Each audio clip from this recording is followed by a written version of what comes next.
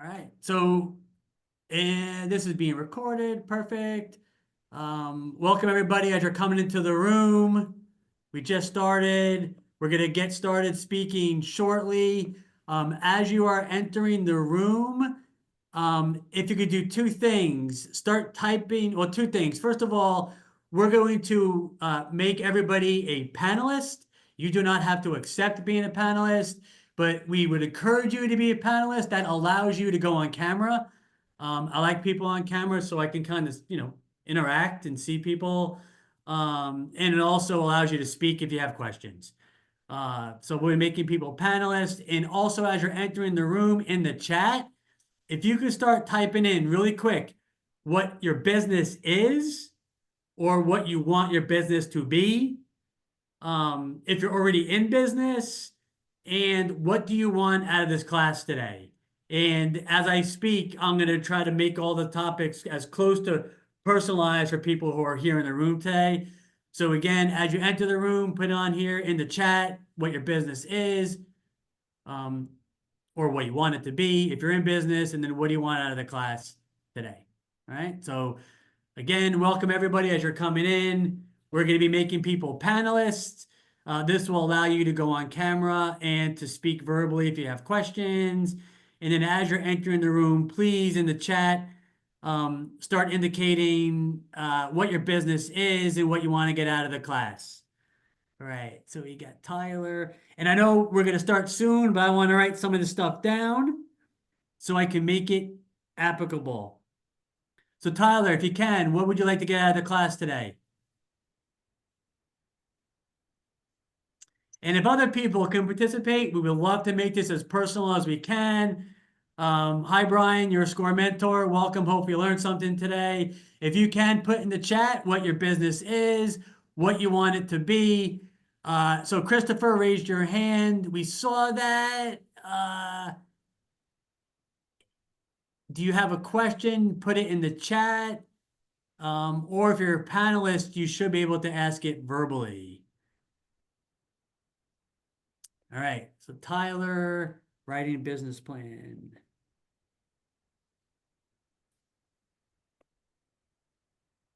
Okay, Holly.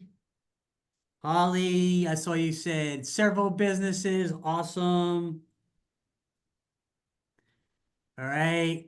All right, this is awesome. Thank you, everybody. Georgia, salon, retail space. I see a lot of that. Awesome. Christopher.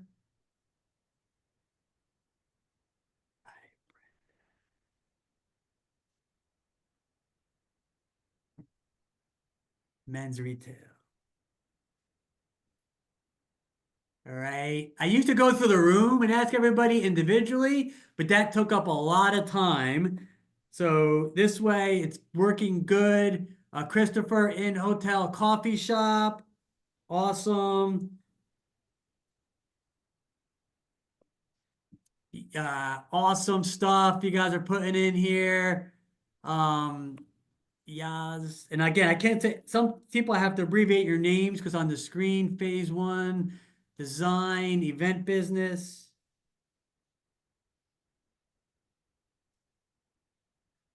All right.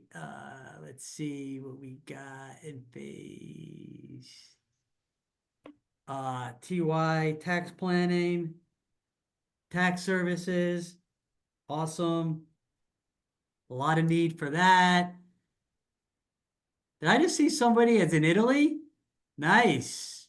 There you go. I think you are first. I don't know if you're going to stay overseas, but that's our first.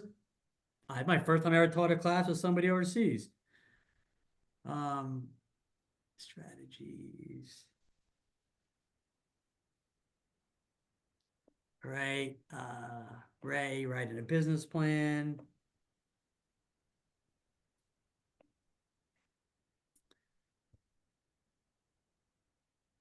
All right. VOTHY. Market research. I will tell you right now for Vathi, the library person speaking at the end, you have a great tool for market research. All right. All right. Awesome. I think I want to kind of get started because we got a lot of content. Um, I saw some people on help a business plan, target marketing, starting a salon, a men's retail business, coffee shop, in-house, tax strategies. Um, all right, awesome. All great stuff. So for everybody else, because I do want to get started, other people are getting monitoring the chat room. I'm going to try while I'm talking, but I do want to kind of get started on the content to respect everybody's time. We do want to start on time and end on time. So, and a lot of the people who I haven't seen what your business is or what you're looking for, I'm sure a lot of what people have already shared with me is going to apply to you as well. So you are here today. We're at Simple Steps 1.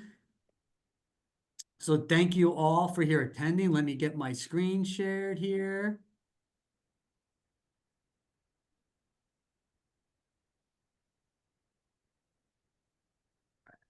Be patient with me, slideshow. So Keith, while you're getting set up, perhaps we can remind people that if they have questions as we're going through the presentation, you can post those in the Q&A and Keith will take them as we go. Perfect. And if you want to raise your hand, there's a hand button. We'll see it. Definitely. I want interaction. I love face-to-face. This is, the closest I can get. They're doing Zoom. So if you all could go on screen, I can see your all faces. That'd be awesome.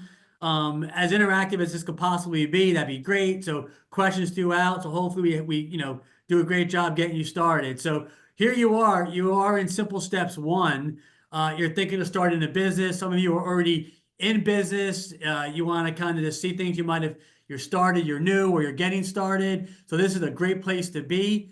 Real quick, who is SCORE? SCORE is a nationwide nonprofit organization that mentors people that are either starting businesses, think they want to start a business, or already are in business. We do get clients that are in business.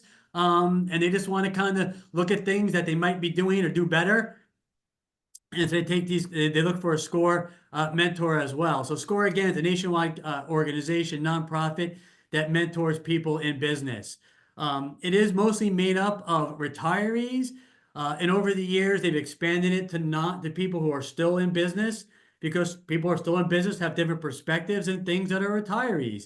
So we're all volunteers at SCORE, and this is what we do. We either teach classes, or we're going to talk to you about getting a mentor. So you can get a mentor through SCORE that will work with you on a one-on-one basis, addressing all the things that you're learning today. Real quick, my background is I am a financial advisor. I am telling you that not because I want clients. It is very frowned upon at SCORE. We are not here to get clients. I tell you that I'm a financial advisor only because my background in my practice, we have set it up like a doctor's office. So we work with people on an ongoing basis, helping them with a lot of my clients are doing what you all are doing. They're a plumber. I have a client that does industrial boiler repair. I have a client that's a salon owner, a client that rents space. So a lot of my clients are dealing with a lot of the things that you're dealing with, and I'm working with them on an ongoing basis, helping them with tax planning, business structure, cash flow, savings, a lot of that stuff. In addition, in my practice, I started as a sole proprietor. I started at a big firm. I went independent with a partner. That partnership was 10 years long. That failed. We had a divorce in 07. I went from a sole proprietor to an S corp. I have employees. So I've also lived a lot of what you all are living with, not only helping people in my practice, but I've lived through it personally. So that's my background, real quick. Jane, did you want to jump in real quick with your background? It's up to you. I have another SCORE mentor in the meeting with me, or you want me to keep on going? I think it's great to just keep on going. I'll just monitor from here. Perfect. Awesome. So we do want to thank our sponsors. Our main sponsor is Truist Bank. So we want to thank them. SCORE is, and I said, a nonprofit. A lot of people think that we're part of the SBA. We are not. Another big funder of SCORE is also the SBA. So we want to thank our sponsors. Without them, this wouldn't be possible. All right. So talking about score, I mentioned this real quick. So yes, here's a great resource. Sorry. On the bottom, charlotte.score.org. There's a lot of great resources on there. At the end, you'll get another link that has a lot of the Score National, a lot of great resources. Another common question we get, yes, you will get these slides. Somebody from Score afterwards will email you this slide deck. Okay. So definitely use the Score resource. And if you have not, go on the Score website. You can get a Score mentor that they'll work with you on a one-on-one basis, helping you with all this kind of stuff. So even myself, I do get clients. I have clients in my business. Great. But I even get Score clients. So I do mentor Score people as well. I'm just telling you that you will get people like me. There's probably 50 plus active members like me here in Charlotte alone that will do one-on-one mentoring with you. Okay. So you definitely want to, take advantage of that as well. And we have workshops just like this that we hold constantly to educate people throughout the community. All right. Score also, like I said, has offices all throughout the state and all throughout the country. So even this class, I think there's probably people outside of Charlotte. They used to have these classes just locally based, but since they're now all via Zoom, we have people all throughout North Carolina who attend these classes. So again, if we talk about one-on-one mentoring, or even eventually they go to face-to-face classes, each branch also has their own resources and their own mentors as well. All right. So what are we doing kind of today? All right. So as far as, let me get my pen out here real quick.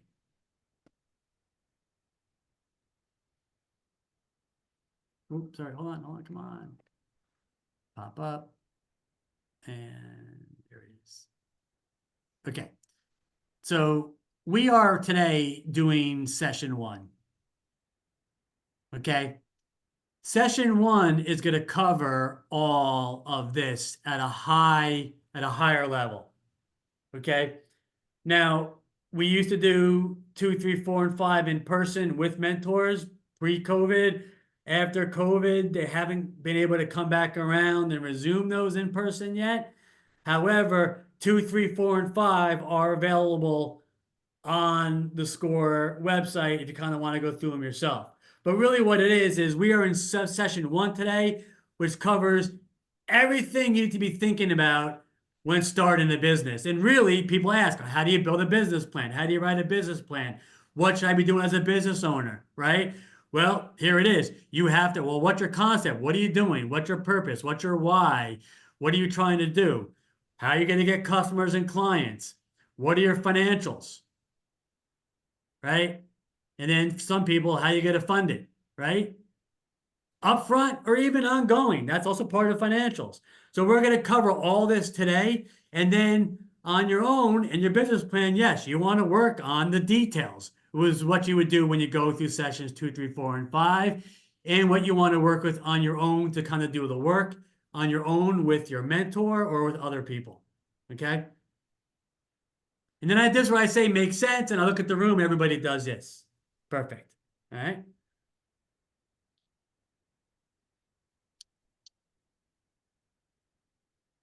Sorry, get this thing moving. Come on. There we go.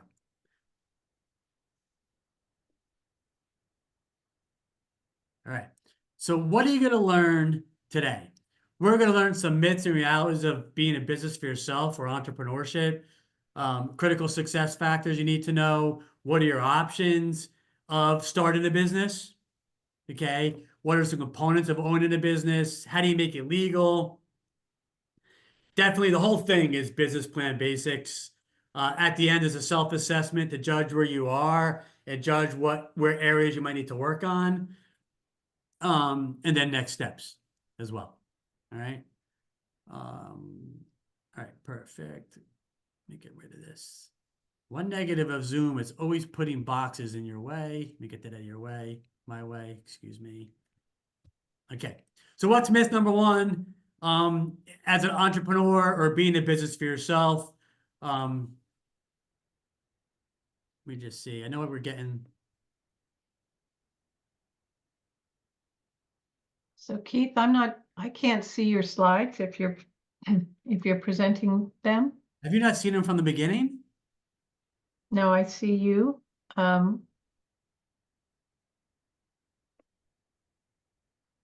Okay. Someone says they can see the slides.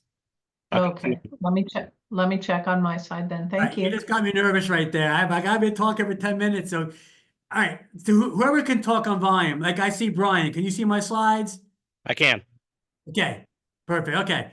Um, But from a camera perspective, I didn't have the option to turn my camera on until you made me a panelist. Yeah, Then that's what it is. So some people who can't turn your slide on, yes. And I'll have Jane go through everybody again. Jane has to make you a panelist, and then you have to accept being a panelist. And then you can talk in the room, and then I can see you on camera. Okay. All right. Perfect. All right, great. Let me get back to the talking. Okay, perfect. So myth number one is as a business owner, entrepreneur, you don't have to work hard or put in long hours. I know that, I mean, I don't know how many people still think that's true, but some people do, right? At the end of the day, that's not true, especially in the beginning. You're going to work a lot of hard hours and put in a lot of work. But yes, if you build it correctly and you build it right, then yes, maybe over time you can scale back, right? I've seen that happen. My plumbing client in my business over the years, they've been hiring trucks, hiring workers, and yes, her husband has been able to get out of the field a lot more and do more running the business, which is one of his. I don't want to be in the field as much. I don't want to work as hard in the field. So yes, you can work towards that, but in the beginning, yes, you're always going to be working hard and putting a lot of hours. You get out what you put in. Um, Myth number two is that your product is unique in that you have no competition. Again, some people do believe that. And yes, you might have a niche in your field. You might have a uniqueness to your business. But what I will say at the end of the day, we're not unique and we have lots of competition, right? So at the end of the day, it's going to be how well do you implement and you implement better than the other person, right? So the salon or the retail business, you know what? And I forget if you're on the front end or the back end, right? So on the front end, there's people who own a salon and then they rent out booths. On the flip side, there's people who they are a salon owner who are renting the booth in a salon, right? But for both of you, you have sales and marketing. You have competition. So at the end of the day, it's what are you doing to get out there to either attract people to rent booths, or if you're a salon and you want to do hair or nails, what are you doing to attract people to come to you, right? And there's really no secret sauce to that. It's who implements and does it better, right? So myth number two, while you might have a uniqueness, at the end of the day, we all have plenty of competition, and your service isn't as unique as you might think it is. But yeah, if you do have something that's totally unique, awesome. Then it's how do you leverage that? How do you market that? How do you communicate that difference to everybody else to grow your business? All right. Myth number three, as a business owner, you can deduct everything, so you don't have to pay taxes. No, that's not correct. I don't want to dive into the weeds there, but you want to track everything so you can, deduct it properly. But no, you're still going to pay taxes. You're still going to have things that you have to wrestle with in that world as a business owner. Myth number four, as a business owner, you don't have a boss. While that might be true to some extent, it is definitely not true to others. And what I mean by that is even as a business owner, well, you're dealing with customers. In a sense, they're your boss, right? You're also dealing with vendors. You might be dealing with government regulations. So even my practice, I have, they're not my boss, but I have to comply with the state government and federal government. I have vendors. I have people that will in some way dictate what I can and can't do. Now, and sometimes I have a choice of what I want to do, and sometimes I don't. I have to be restricted to what that vendor wants or what that wholesaler wants, or what's being regulated or mandated I have to do based on my business or your business, how you're structured. Okay. So you do have flexibility and freedom, but sometimes not as much as you would think. Okay. And then number 5, yes, it applies to what I just said. You can do whatever you want. Yes, you have more freedom, but you can't always do what you want based on your structure. If you're in a franchise, no. Or again, based on your business, sometimes you have to stay within the regulations or the rules, or vendors or partners or other kind of avenues as well. So there's some myths and realities. Just want to hit on in the beginning. And again, any questions, if you have a question, put it in the chat, and then Jane will interrupt me, or if you can talk verbally, you can shoot out real quick verbally. Hey, Keith, I got a question, and I'm fine being interrupted. All right.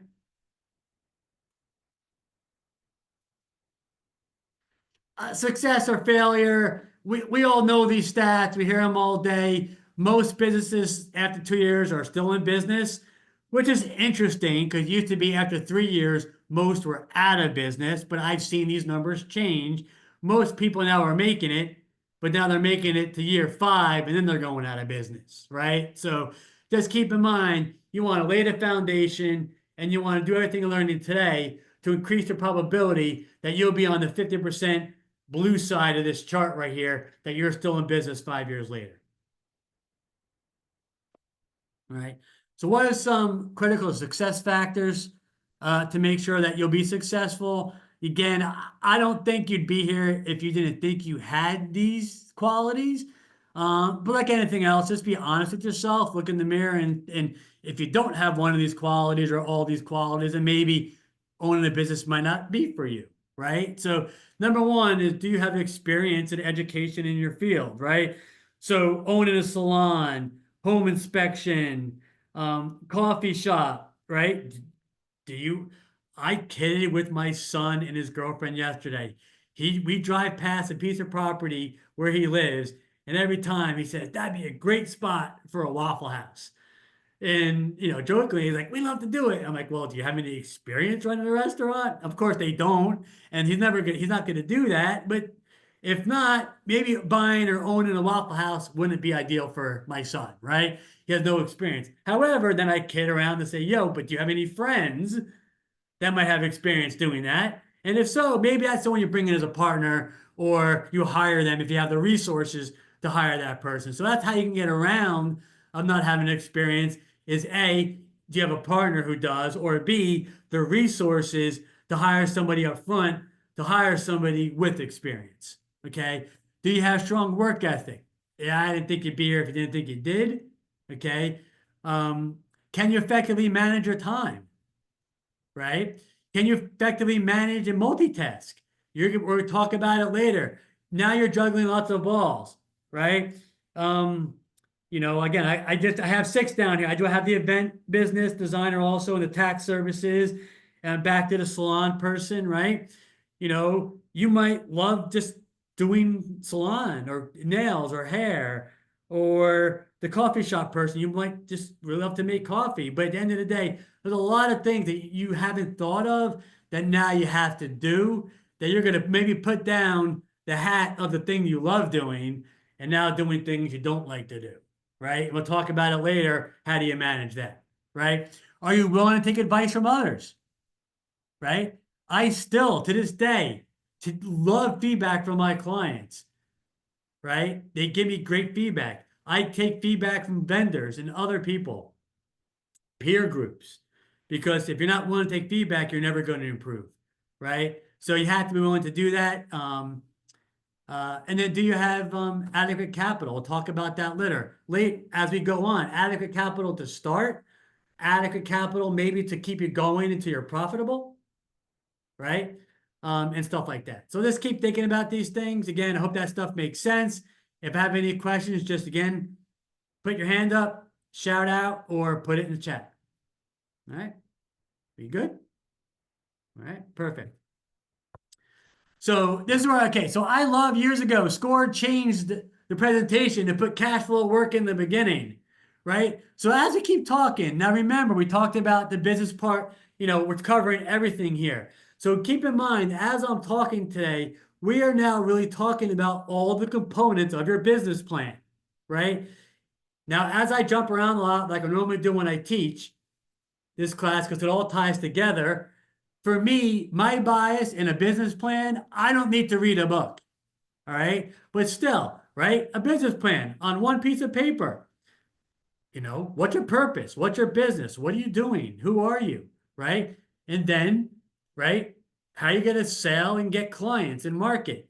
And then the financials, right? What are your financials? And that's what we're talking about right now. I'm going to get into, right? What are your upfront costs? What are your ongoing costs? Okay. Are you writing these things down? Right. So as I jump around, business plan, this is a part of your business plan. All right. To me, this is one of the most critical parts of the business plan. Now, granted, I'm a financial guy, I'm a numbers guy, right? But I always want to have command of numbers. And when I get a new business client on the paid side or my score clients, that's the first thing I ask is, do you know your numbers? Right? How much revenue does your business, well, first of all, how much money you need up front to get started if you're a startup, right? And then ongoing, how much revenue do you need every single month to cover your bills, right? To cover your rent, to cover insurance, to cover your marketing, to cover your client. Like I have client relationship management software, our cell phones. I mean, you got to start writing all this stuff down. And what do how much revenue do you need up front, money up front, and how much revenue do you need ongoing to break even to cover your expenses, and then a profit, right? Because then the profit, how much money do you need in salary to bring home to your house, right? So start writing these things down. What are your upfront costs? You see them here. There's a lot of my clients, and even on the SCORE website, there's a lot of templates. Just start writing them down. If you haven't written them down, I'm telling you right now, you've missed something. Because even the people who have it written down, when people look at it, even me, you're always, oh, we forgot about that. We got to add that. Did you add this? And then eventually you get back down to, I think the next slide talks about it, right? What is the total? No, this kind of gets down to the personal. Okay, so back to this slide. Just I'm gonna hit it home one more time if I haven't hit it home enough. Write down your upfront spending, right? The salon person, the men's retail store, the coffee shop. If you haven't started yet, you have a lot of upfront costs, a lot of ongoing costs, right? You have to resupply. My home inspector person, you might have different things you have to purchase up front, and licenses and liability insurance on the ongoing. Same thing with tax estimate or design or event business, right? Website cost, upfront things. And just write, and then the ongoing costs, and then you need to know this stuff so we can monitor it ongoing and see how much, money. Now, getting back to this slide, if you haven't done it on the business side, you also want to do it on the personal side as well. Because I also want to know how much money, I'm jumping around here, revenue, how much revenue to cover the ongoing, that's break even. Then on top of that, how much revenue out of the business to your house for personal. So do you know how much money do you need to your personal to cover your expenses, right? If you're single, that's one number. If you're married, I know once in my plan, we had a life when I moved down to Charlotte, my wife was a teacher, we lived off a teacher salary. So I knew, at a minimum, I can get by for a little while, without having to supplement the house. So I'll go off on a tangent there, but you need to know your numbers is what I'm getting at. Right? That makes sense. This is how I look at the room. If it makes sense or not makes sense, but hopefully, yep. Thank you, Yasmin. Thank you. It makes sense. Appreciate it. And then so same thing, ongoing. And as I digress, for the startup people and ongoing, do you have personal savings to weather the ups and downs, or to manage before you're profitable, or are you going to fund some of those expenses ongoing with personal savings? Every month I'm going to drop this personal savings into the business to cover these expenses until I'm profitable. That's it. Another thing I get to, real point to also to the financials, when you start writing this stuff down for my retail and my service business people, you can eventually get to the point when you know how much revenue per month or break even, how much revenue per month or break even, and then the extra to take to my house for my personal, to fund my personal goals. Then you come back around and you can, then people like me or you can say, all right, now here's the number. How many clients or customers, based on what I'm going to charge, do I need to get to make this revenue number? Okay. And then the marketing and sales is now what am I going to do to get that number of customers or clients or sales to meet that revenue number? Okay. And then sometimes people say, well, how much should I charge? So if you have those revenue numbers per client, then you can even play those per client numbers and how much they're going to charge to get the revenue number to meet the minimum, and then they meet the minimum plus the extra to the house for positive. So I hope that all makes sense. That's kind of draw a picture of what you have to be doing and then what you should be doing. And then once you have that in place ongoing with your bookkeeper, with yourself, or an advisor, you monitor that ongoing to do more cash flow planning and growth planning. Okay? Perfect. So now that I said all that, that's the cash flow work. Now I'm going to peek at my time real quick. Okay. I can slow down a little bit. So all y'all, if I'm talking too fast, that's the Northeast in me. I've been down here 25 years and I still haven't, I can slow down when I need to. But I also want to leave the right time for the library at the end, and I don't want to go over her time, so I try to manage my time. But I think I can slow down a little bit. Perfect. So what are your options to start in a business? All right. So I didn't catch whether or not my home inspector, now my several business person, Holly, this might fit for you. The salon person. So if you're already in business, some of this doesn't apply, but it still might give you ideas. But if you're someone on the call who's looking to start and hasn't started yet, this might be, a little bit more applicable, right? So there's different ways you can start a business, right? You can start it new from scratch. You can buy someone's existing business. You can buy a franchise. And now some of these overlap, right? Because you can buy a franchise, you can buy someone's existing franchise, or you can buy a franchise at a new location, which is from scratch, right? You also could be a home-based business, which can overlap, an online business, which can overlap, or a nonprofit, right? So here's all the ways you can get into business, right? Now, what we're going to do is we're going to look at the pros and cons of all of those.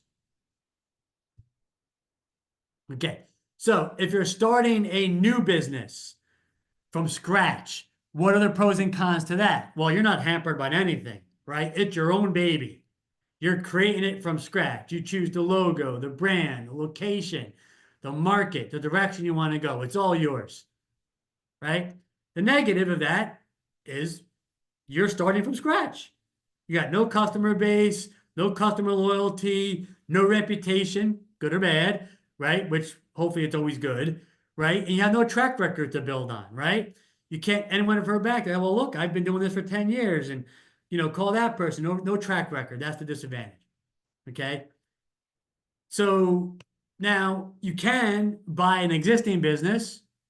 What are the advantages of that, right? So like for an example, you can start your own salon, your own retail business, your own coffee shop, your own tax service. You can start it from scratch, which has all those pros and cons.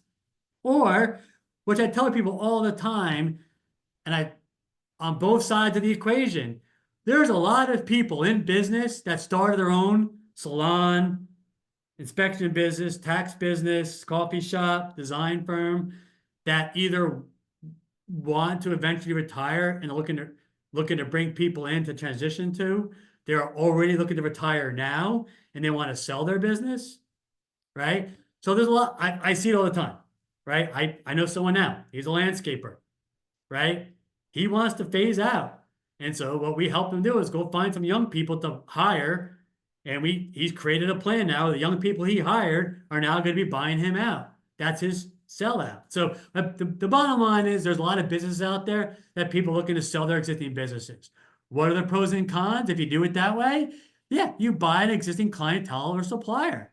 You have a known business, a known location, right? A known entity. And if you do it correctly and you transition the business correctly from the other owner, that success should or could continue. Okay. And if you need lending, it makes it easier in that world to get lending because that bank knows there's a higher probability of success because if you transition correctly, that revenue should continue, right? Disadvantages again, right? You got to do due diligence. You don't know what's underneath the hood unless you look at it. There's going to be hidden costs, hidden liabilities. The employees might be loyal to the other owner and no guarantee success. And that's why we'll always coach and mentor people. If you are going to buy existing business, on both ends of it, there are proper ways to transition it to minimize those disadvantages. All right. Number 3.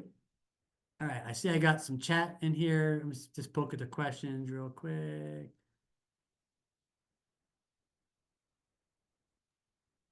All right. I see in here. Oh, again, perfect, Jane. I see you answering them. Great. Mhm. I'll go back to talking. So Absolutely. I'll let you know if we have a specific question for you. thank you, Jane. Awesome. Okay, so buying a franchise. The advantage of that, yeah, you can be part of a proven system. The marketing sales power of the franchisor, training and guidance, continued consulting, access to other help. I mean, awesome, right? Most franchises, they'll give you support because they want you to succeed. The negatives though are limited freedom to make your own decisions. That's one of those where, if jokingly, if my son bought oh my God, Waffle House, he's gonna have to stick to the way they want to do business. That's pretty custom. There's nothing wrong with that. They've got a proven track record of success, right? I know someone that bought years ago a Christian Brothers auto body franchise. Very successful, still very successful. What ended up happening though, they stuck another one right at the border of his location.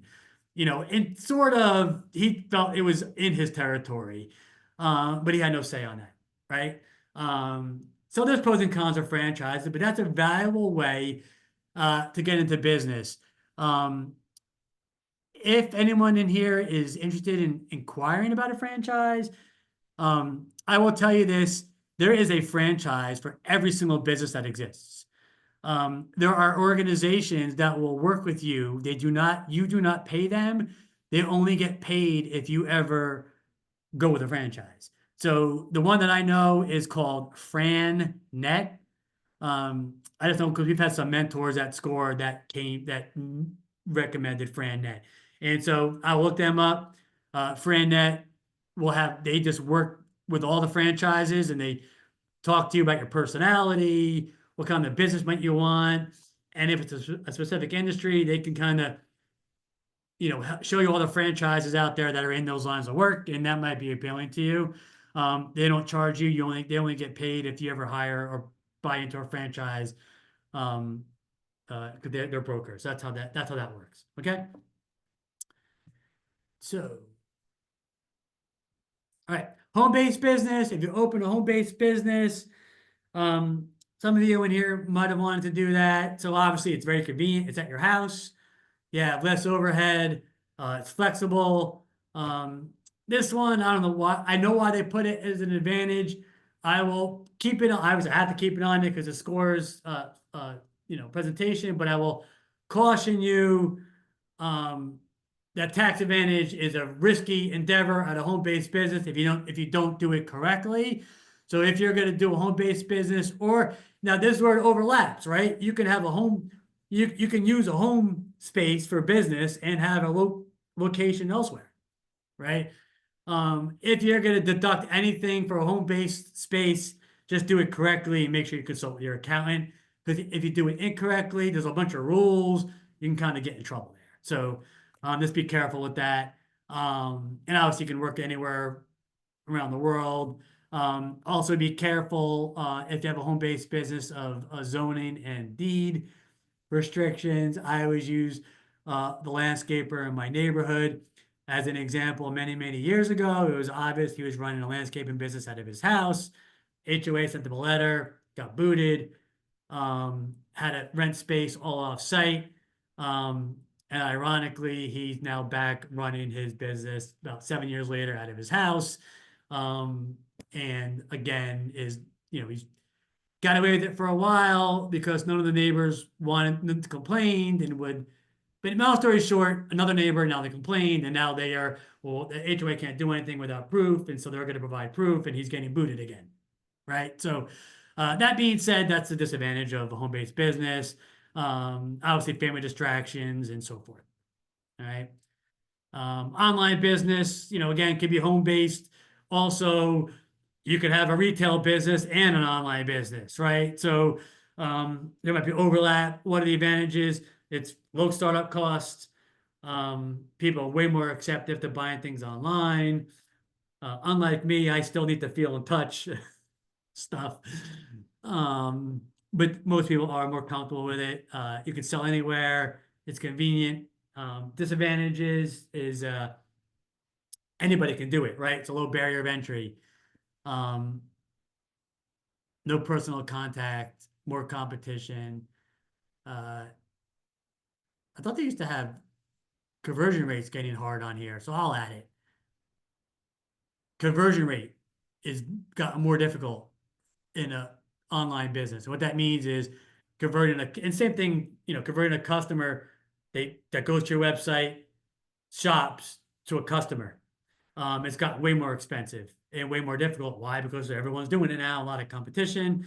And the social media companies used to be free, and now you have to pay for anybody to see your content. So it's just getting more difficult. The conversion rates are getting more expensive and more difficult. That's all.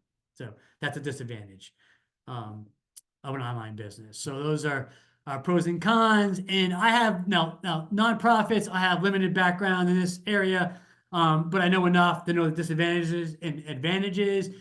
What I will say for nonprofit, I hear about the biggest disadvantage is this: a lot of paperwork up front to do it, and ongoing, most people end up not doing the thing that they loved and what they did the nonprofit for to begin with. And what I mean by that, what they loved was to, we wanted to, teach people or get people off the street and teach them how to get better work skills and get them a suit and clean to interview. That's what we love doing. And at the end of the day, when they're nonprofit, they're doing that to the nonprofit, but all their time is out raising money. And they're out of the field doing the in-person thing they love to begin with. So that's the biggest disadvantage I hear of nonprofits is the people end up spending most of their time doing that, and it's very, very difficult to raise money. But otherwise, there's a lot of pros and cons of nonprofits if you want to do it. There are mentors at SCORE that come from that background that can mentor you there, and you can make good money in a nonprofit as it grows. You can pay yourself a good salary as long as it's warranted, and so forth. That's kind of my background and pros and cons of nonprofits. Any questions on any of this stuff about how to get started? All right, great. All right, so what are the components of owning a business? Let me see where I'm at time-wise here. All right, perfect. So now that you are in a business or you're starting a business, what are all the hats you're going to wear, right? So you're the owner or the CEO, right? You can put owner in here. You are the owner. But you, as the owner, are responsible for all of this, right? Now, eventually, yeah, you can outsource some of this. What do you outsource? Depends on, how much risk you want to take not outsourcing something, and then can you afford it, right? And that comes back down to the cash flow planning, okay? So, but yeah, you are doing the bookkeeping and the accounting yourself, hiring and firing yourself. Now, obviously, I'm going to double circle this one, right?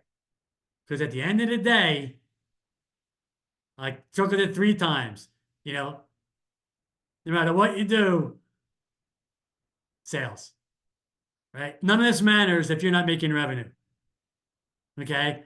So, but you're doing all this, right? So how are you going to do all these things, right? Are you going to outsource it? Are you going to, like for sales, like, are you going to be the one that's going out, getting the clients, getting the customers, driving traffic to your salon, driving traffic to your coffee shop, getting the people to hire you to do design work or the tax service work, right? How are you getting the home inspections, right? How are you doing that, right? But while you're doing all that, how are you fulfilling orders? Who's doing your bookkeeping? Who's doing your quarterly taxes?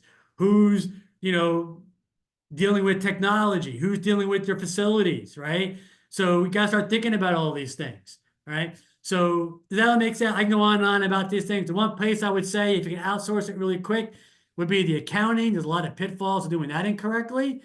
I have a lot of neat things that you maybe can outsource sales, right? If you're in sales, do you partner with people? Do you hire people on commissions or profit share or anyway? But I go on and on about this side. These are all the hats you're wearing, and you have to figure out how you can fulfill them all. Right? Makes sense? This way, hopefully everybody's doing this. Thank you, Yasmin. Again, unless I change the thing, I see Brian and Yasmin on my screen, are the people on the screen. So if you're all doing this also and shaking your hands, I apologize. So thank you, Yasmin, for being active, and Brian, for me, at least I can see your faces. And some people are also, but when you're doing the share screen, they just your little boxes. So those are only 2 I can see visually. So all right, cool. All right. So right. So now back to, as I jump around, business plan, right? Doesn't have to be fancy, doesn't have to be long, right? I'm a big on short and sweet, and also big on bullet points. I know here on the screen, but even when I write emails, I've taught my staff in an email, everything, bullet point it, break it all out. Nobody reads a paragraph, okay? And the bigger the paragraph, the less they're going to read. So now here's another, so write it down. How are you getting clients? How are you getting customers? How are you going to market? How are you going to sell? What are the different strategies you're going to market, right? What are the different channels, right? What I mean by that, right? Print, which even in the old day was very expensive, but it doesn't exist very much anymore, right? But print advertising, now it's social media advertising, right? Social media pages, video blogs, YouTube page, Instagram, networking events. I go to networking events, chamber, I do education events on Zoom. So what are the different ways you're going to market, right? I'm a home inspection person. I keep talking about networking events. I go to the chamber after hours. I go to my other advisor. We go to networking groups, network after dark. But back to my home inspection person or other people, I also talk to people about where are you networking? Where are you marketing in peer groups? What are different industries or people in your industry that are peers, right? So home inspection, I know real quick, right? Realtors, maybe closing attorneys, you know, people who I know, like when I buy a house, people get an inspector. So like I know, like I jump around. I know someone that did power washing and clean washing. He used to go. There was a home builder association in Cabarrus County in Charlotte, and he became an active member in the home building association, in realtor groups and different groups, not to sell, to but be an active participant to learn. And eventually those people did what? When the realtor or someone needed a building wash or a house wash or a cleaning wash, he became the go-to guy. So as I go off and back to marketing, how are you marketing? Write down in your business plan, what are the multiple channels you're using to touch people, right?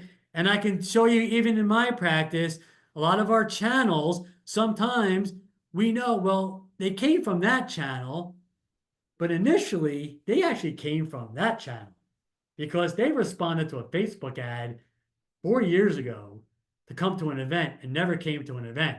But then they were in my email marketing and then responded to that request, and now they're coming in for a meeting. So, again, so I kind of jump around, and then again, to get back to marketing, if you're networking to get in areas to get customers and clients, also networking in areas of peer groups. And that's when I went to my health inspector person about there's probably peer groups of people. Another example to my business would be, attorneys and CPAs. Those are peer groups for me. All right. Hope that all makes sense. Sales and marketing, write it down, and then mentors and people. And again, as I talk about this stuff, back to peer groups, or I'd say strategic industries, back to peer groups. Also, I'm also in peer groups. I also encourage all my business owners to get involved not only in networking groups, but also groups that are like-minded business owners. So I'm in the Cabarrus Business Network. In Cabarrus County, I used to go to Cabarrus Business Connections. And these are also business owners where we meet twice a month, A, to exchange business, but B, talk business. And we bring in speakers. And then sometimes we go around the room and say, what do you all want? What issues are you all dealing with? Hey, can we talk about hiring and firing? Can we talk about sales and marketing? Or sometimes we talk about powerful books we've all read. And we're all business owners. We talk about all this stuff and get great ideas and see what other people are doing. That's a great way to stay in tune to what you should and should not be doing. All right. Perfect. So as I talk about sales and marketing, yeah, branding is part of it, right? You want to have a strategy, you want to coordinate it, you want multiple levels, and you want to, what the purpose is, yes, you want to try to get name recognition. You want to, identify who your market is and who you want to advertise to. And we actually just talked about this at my Cabarrus Business Network last Wednesday, about branding and stuff like that. So write it down and be, and have consistency. All right. I'm also not one about bailing really easy. I know you want to track success on everything you do. I know a lot of people will say how much, how successful, not successful. So to be cognitive to how you measure success or failure, that's a personal thing. I know at some point, yes, you want to make money.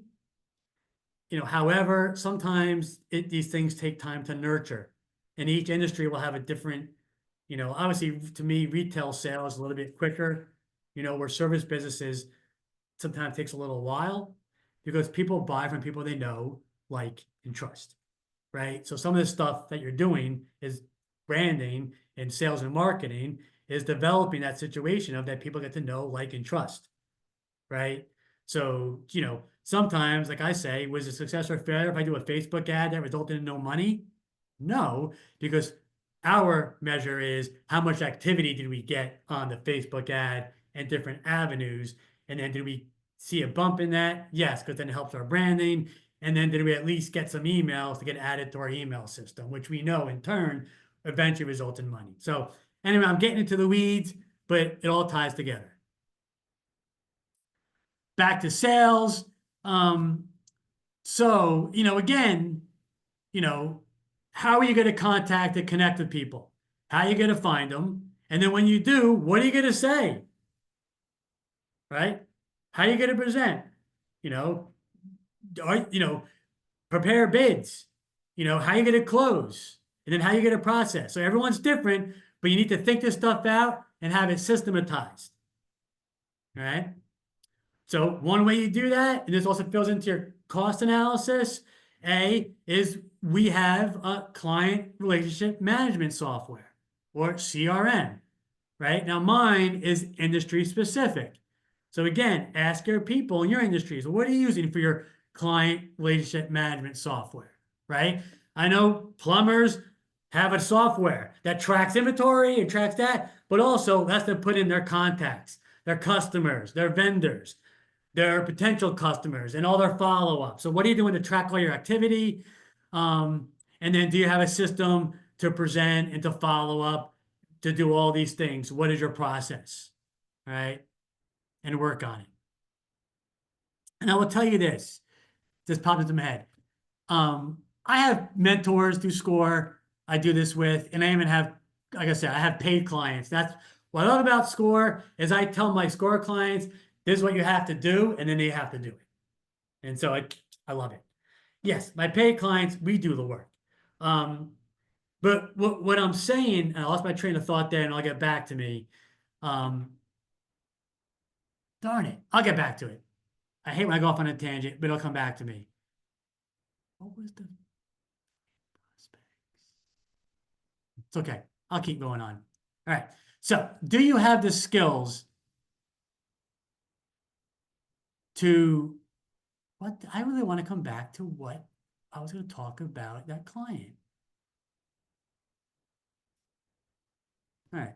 No, bro. I hate what I apologize. I sometimes go off on a little bit of a tangent and I lose my point I was trying to make, and it will come back to me. So moving on, do you have the skills, right, to operate your business?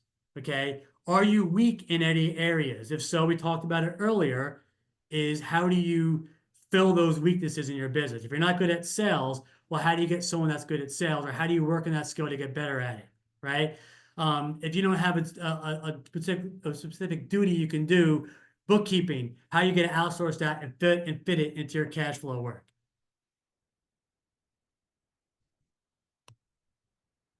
Right. And then we talked about critical factors. Do you have, again, location is important for a retail spot. But again, do you have that niche and target market? How are you going to differentiate yourself from the competition? And again, this is one where I say, well, that's important. And if you have a differentiator, you definitely want to communicate it and have that consistent in all your communications. But also, at the end of the day, we're all not most of us are not unique. We are unique. However, it always comes back down to who implements everything you're learning today better. If you implement these things, you will be on that 50% who's successful.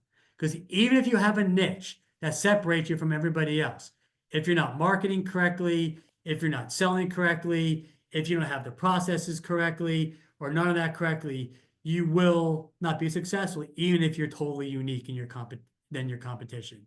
So it's all a matter of implementing correctly. But yes, if you can communicate a differentiator effectively, you will have obviously more success.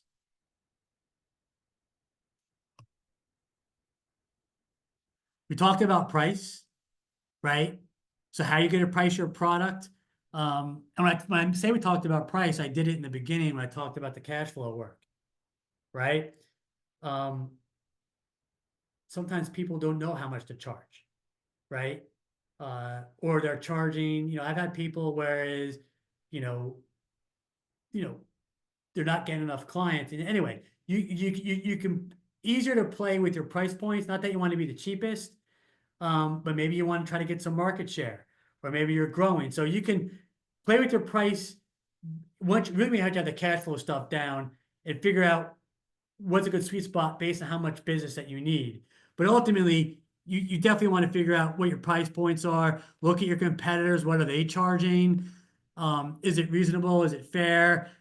I know I tell people, and we have a tax service person here. I don't know where your mindset is, but my biggest struggle that I see in you all are going to come across is when you as a business owner want to outsource your bookkeeping. Most of these CPA firms get to the point where they have office space, they have 3 or 4 CPAs on staff, and they have so much overhead that they can't afford to hire a 1 or 2, 3 person. They can't afford to do bookkeeping for a 1 or 2 or 3 person operation at a reasonable cost. And they're kind of, pushing them outside. So there's actually, I see a hole in the marketplace for that. So I would tell back to this slide right here in a cost comparison. Yeah, you might want to charge X, but if someone could charge Y and still make a great profit to cover their needs into their house and do better than what the marketplace is doing, that might be a good spot for somebody. So Anyway, that's why you have to do the work and figure out where your price points are going to be. What do you want to charge? Will people buy at those price points? And then can you afford it? Are you going to be profitable? And then, or not profitable? And then you have to work on that with yourself or other people. All right? Make sense? I hope so. Perfect. So yes, you want to size up your competition. What are they charging? How many employees? What's their reputation? Can you exploit their weaknesses positively for you, right? Not bash your competition, but in your marketing and sales, say, here's what we do better. And here's why we're better than everybody else. And here's how we can fill a niche. But I'll beat this to a dead horse. At the end of the day, it's who implements better. I've lived it. I've seen it through clients all the time. I you know, again, I could beat a dead horse. Is one realtor, another realtor. I had one talking to her. I'm like, well, I see her and she's still selling houses at the zoo. Are you doing this? Are you doing that? Are you doing this? And she said, nah, no, not really. And no, I need to do more of all that. And all of a sudden, now I see her. She's in the women's networking group. She's doing more social media. She's doing more of this. And all of a sudden, she's selling more houses. So it's really not rocket science. How to be successful in business. This is who implements and who does it. So how do you make it legal? This is a common question that I get a lot. So I'm assuming we have people in the room that are asking this question. Now that I'm in business or starting a business, what legal structure should I be?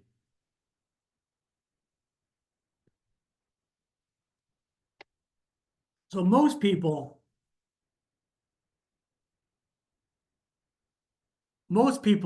I see either start here or start here. This is the most common. All right. Oh, I'm sorry.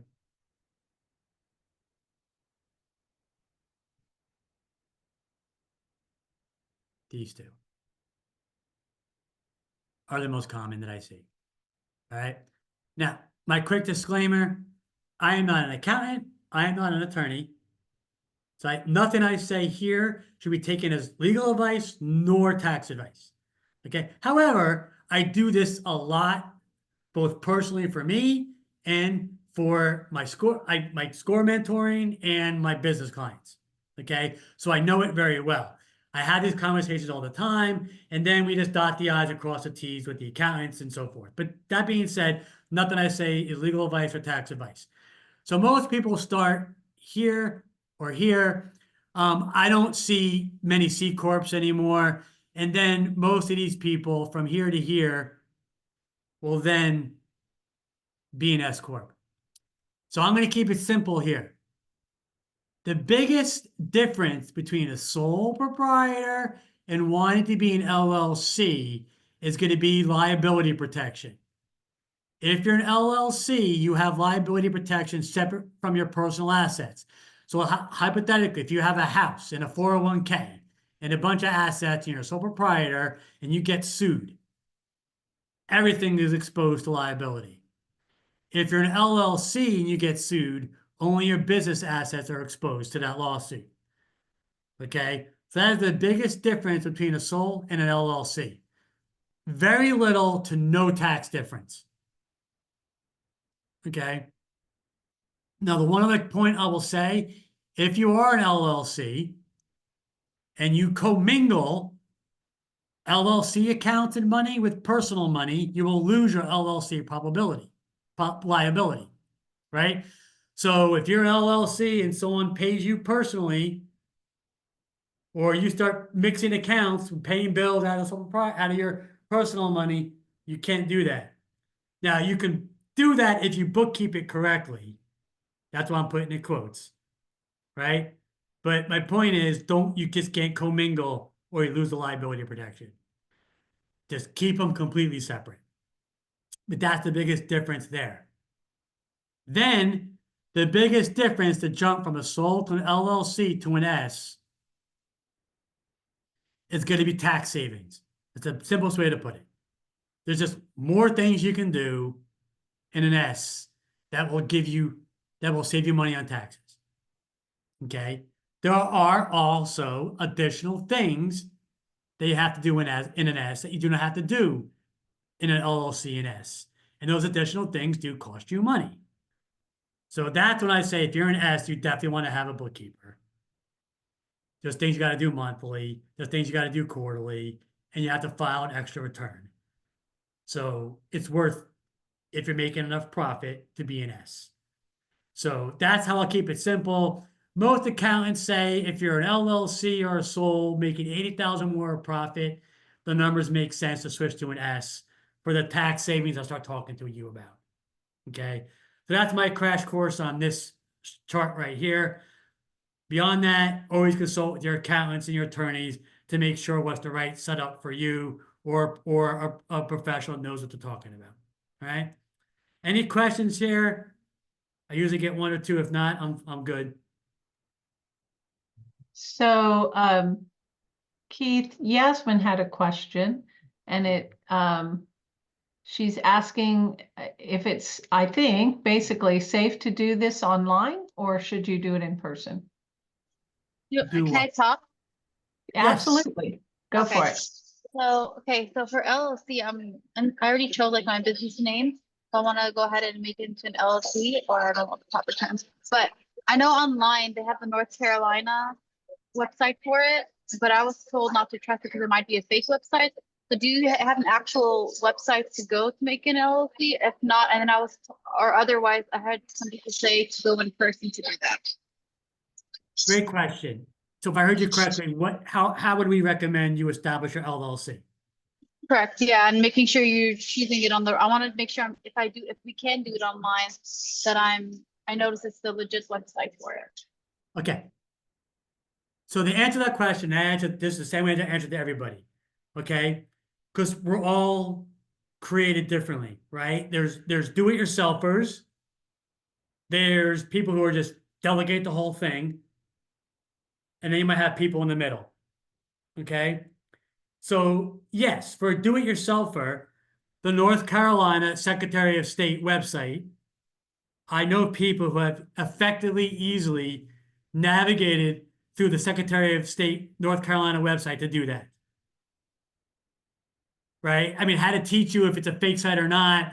I mean, if you Google North Carolina Secretary of State website, I mean, I think the first one on there is usually pretty legitimate site. And on there, if you do how to set up LLC, you can follow right through their website. And I've known people that have done that, and they're very confident with their ability to do that. Okay, that's one way. The other way is I'm just going to delegate it. Yes, and then you find an attorney that you know, like, and trust to do it for you, and they might charge you like $1,200. Okay, and that fits with your cash flow work. Can you afford that? And you're the kind of person that, you know what, others feel much better if I just outsource the whole thing, right? And then the middle ground is I've seen people use LegalZoom. So LegalZoom is a website that takes what you're like, pretty much the middle ground of, I don't want to do it myself, but I want to hire an attorney. And they just kind of know all the stuff that you're supposed to do in every state. And they just pretty much take you through the steps of all the forms, and then does whatever filings or whatever. So and there's a fee for that. So those are the three ways that I'd recommend that you go about it, if that helps. Okay, perfect. Because there's no right or wrong answer. Like, the advisor in me says, well, yeah, just outsource it to an attorney, right? But you might have the resources to do that. And then I've seen people do it very well, easily, successfully through LegalZoom and on their own. It's pretty straightforward. So, all right. But great question. All right. Any other questions that you need? We good? I have a question that's related to the LLC. All right, go ahead. There's the option for trademarking. When is that important? Do you know anything about that, or is it necessary for your business?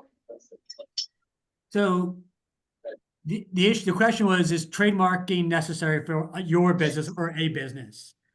So again, I'm not an attorney, so I'm not giving legal advice. However, I would say yes, if you want to protect your logo Ah, yeah. and your name and or any, now, this might be a patent, any intellectual things that you're doing. That might be a patent. Okay. But like, so for me, for you, yes. 20 something years ago, we trademarked our logo so nobody else could use it. So yes, now that you either do through an attorney, okay? Now you call me crazy. I actually did that. I actually trademarked the logo myself through the federal government trademark website. I would tell you, I probably wouldn't do it myself again because it was I thought it was a little difficult. And like, there was a bunch of follow-ups that luckily I was untuned to that I didn't miss. But there was like every after year one, I had to do something. After year three, I had to do something. Now I'm like every 10 year, I have to do something to revalidate my trademark. But that was through the federal website. Now I was not allowed to trademark my company name because it wasn't distinctive enough. But Okay, long so story short, I would say yes. If you have a name of a business you want to protect and a logo you want to protect, that recommendation is, and I think an attorney would say this, is you want to trademark that so no one else uses it. So for me now, I know there's other people who use the same name as my company, but at least I'm protected from not using the same logo. And I did have an attorney read the federal government's legal reason of why I couldn't trademark my name, and an attorney did agree with it. So, that answer your question? Perfect. Any others? So I do have a question. I'm not on camera. However, I do. I didn't catch your name in the beginning of the call. My name is Keith, Keith. Okay, Keith. Hello, Keith. How are you? I'm doing fine, and that's okay. Not on cam. I can hear your voice. That's great. Okay, super awesome. So I definitely have been just asking questions in the chat, and I greatly appreciate all the help and additional information. My quick question is, yeah, she did ask, it's relating to both of the previous ladies' questions. The last one said brand security. You have some experience in that. Now, does that also protect like the color? Such as like if there was another business to essentially sign up and like start their own business, and then making sure that they're not able to reflect or cause like some type of interference, like suggest as a example, Chick-fil-A comparatively to McDonald's, like things like that. What is your experience? I guess I'm asking, and to I think making I sure heard that you. people can't. If I'm not mistaken, my logo, it protects the mark, Okay. meaning, and I think it does have colors in there. However, It I know does. nobody can use my logo and change the colors either. If that answers your question. Yeah. Okay. Awesome. So it does.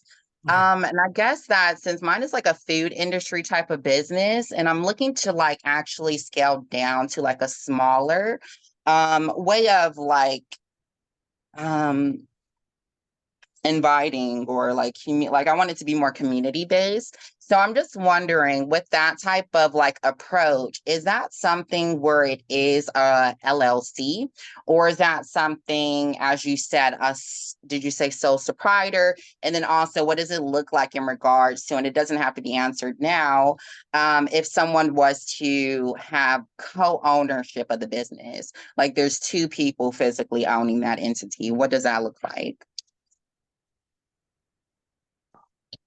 Okay. Okay. The first question you said, and I was writing the notes, I didn't forget it. The type of business, I'm going to put in quotes, really shouldn't determine the structure of the legal structure. I'm going to get to that in a second. I'm going to put a caveat on Okay. it. Okay.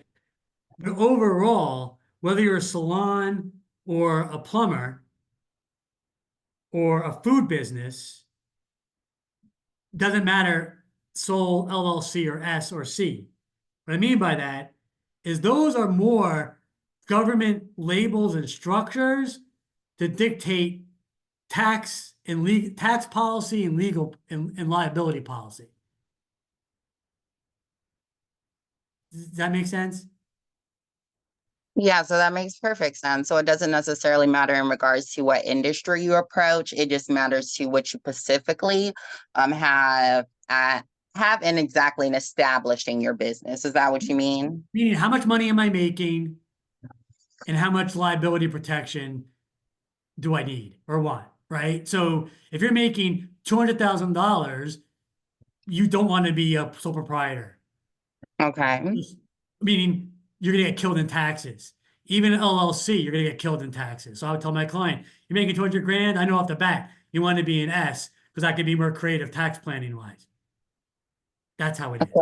Okay, so you said an S for more Tax creative. planning. Yeah, Okay. tax planning. Yep, yep. Now I'm wondering, so when they say taxes, I'm not necessarily I mean, of course, I plan on hiring a tax attorney. I don't plan on learning taxes.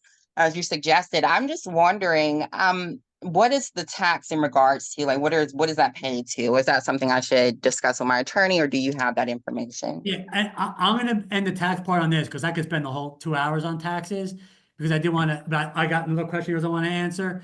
That being said, if I heard your question correctly, to keep it simple, sole proprietor, partnerships, and LLC, the profit, the income flows to your personal as income. C corps and S corps have a separate return, and then the profit also goes to you as income. It's just different taxes. I can't explain it on a call like this. Does that make sense?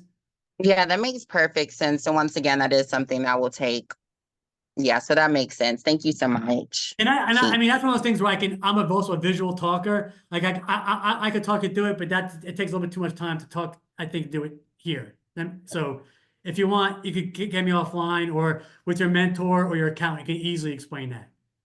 But it's just a Okay. matter of it's all flowing through taxes. It's not about it's more about that and liability protection and some other things than it is I'm an attorney. I mean, I'm a plumber versus a salon person. It's more about Yeah, so and okay. that actually to my actual another question, Keith, if you were finished what you were saying there. Yeah. So the other question was though about partnerships, and now I talk about why I put Yeah, that absolutely. caveat. The caveat though, with like certain professions, like partnerships, or like certain professions, like engineers, whatever. Like I know there's like certain LLC designations that are specific to certain industries, and that's where the attorneys kind of play a role. That makes sense? That does make sense. Okay, so when it comes to like someone joining together with another person and becoming a partnership in that business, I guess it doesn't matter on the type of size of the business. It just depends on like the legal purposes to make sure everything is just essentially legally documented of both people having ownership. And then also my concern is that you mentioned something about like taxes and things of that nature, but I lost track of that. Thought I should have wrote down the question. But if it does come back up, I'll just add it to the chat. But thank you so much. Yeah, you're welcome. Like again, if it's a partnership, you still need an attorney to draft the partnership agreement. If it's an S corp, there's different share. Yeah, but it's just a matter of, Yeah. I know I had an engineer. He went to an attorney. There's a certain LLC for engineers. So that part, but then he could still file as an S corp. That's where it gets nuanced. So, Okay. so So Keith, I also just remembered my other question. I think it would definitely benefit the class as well. So I'm wondering, you probably already went over it, and I do apologize if my connection has been going in and out during the meeting. So I'm just wondering, like, when it comes to like hiring an attorney and things of that nature, you said that like if you're a LLC or something like that, so proprietor, instead of you being sued as the entirely, the person would only be able to sue your business. Is that correct? again, there's not legal advice. However, Possibly. yes, how I understand it, yes, if you are an LLC, a C or an S, and you are running it completely separate from your personal, correct. The only assets that are exposed to liability would be that entity. Okay, cool. All Not, right. not Thank that you. someone is going to try to go after you legally, but yes. Yep. Okay. Okay, awesome. Thank you so much. You're welcome. All right. I'm gonna go to the next slide. Okay, right, here we go. See, keeping it simple, sole proprietor or partnership, if liability of taxation is a concern, LLC or S. Right there. All right. All right, so I'm gonna kind of, I can slow down. I still have about 5 more minutes, so I think I'm getting to the end, but I might speed up here a little bit. So now, I also want to encourage everybody to make sure you comply with government regulations, right?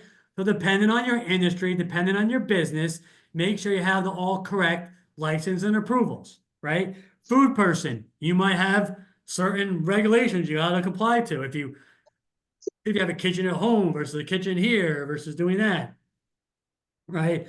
Home inspection, you might have a license.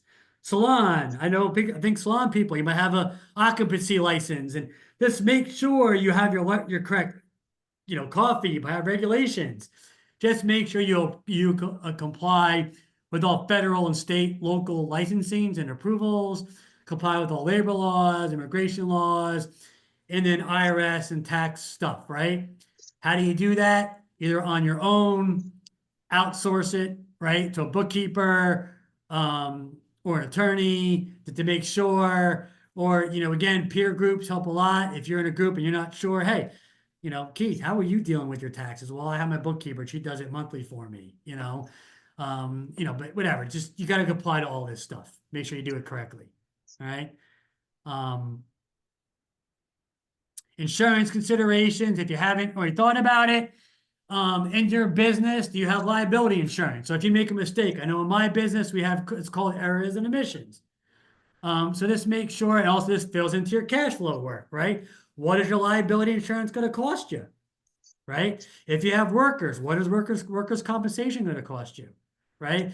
I know I jump around a lot. Back to cash flow planning, for all you who are in growth mode, with my plumber, we have her cash flow sheet. I have it, all of her expenses, all of her whatever. We go out 24 months. We know that revenue expenses. Now we have it down to the point, every time they now want to hire another plumber in the field, truck's going to cost this, our payroll's going to go up that, our payroll taxes, worker comp. We know exactly how much it's all going to increase, and then how much expected revenue. So my point is, write all this stuff down. What's your liability insurance? If you don't have it, now get it back to insurance. You need to get it, right? If you don't know what you're supposed to have, go to your industry. What do you all got? I know in my peer, I'm in peer groups with financial advisors. At least once every couple months, there's always a post. What do you all do for errors and omissions? Right? And everyone shoots out. I use easy insurance. I use this. I use that. Right? I know for my salon person, I sent her to Erie. I said, this guy's a broker. Find out from him what kind of liability insurance he can sell. I had a person who does dog training. I don't know where to go. I told both my salon person, dog trainer, ask your property and casualty insurance agent. Your commercial insurance people will know what liability insurances are out there.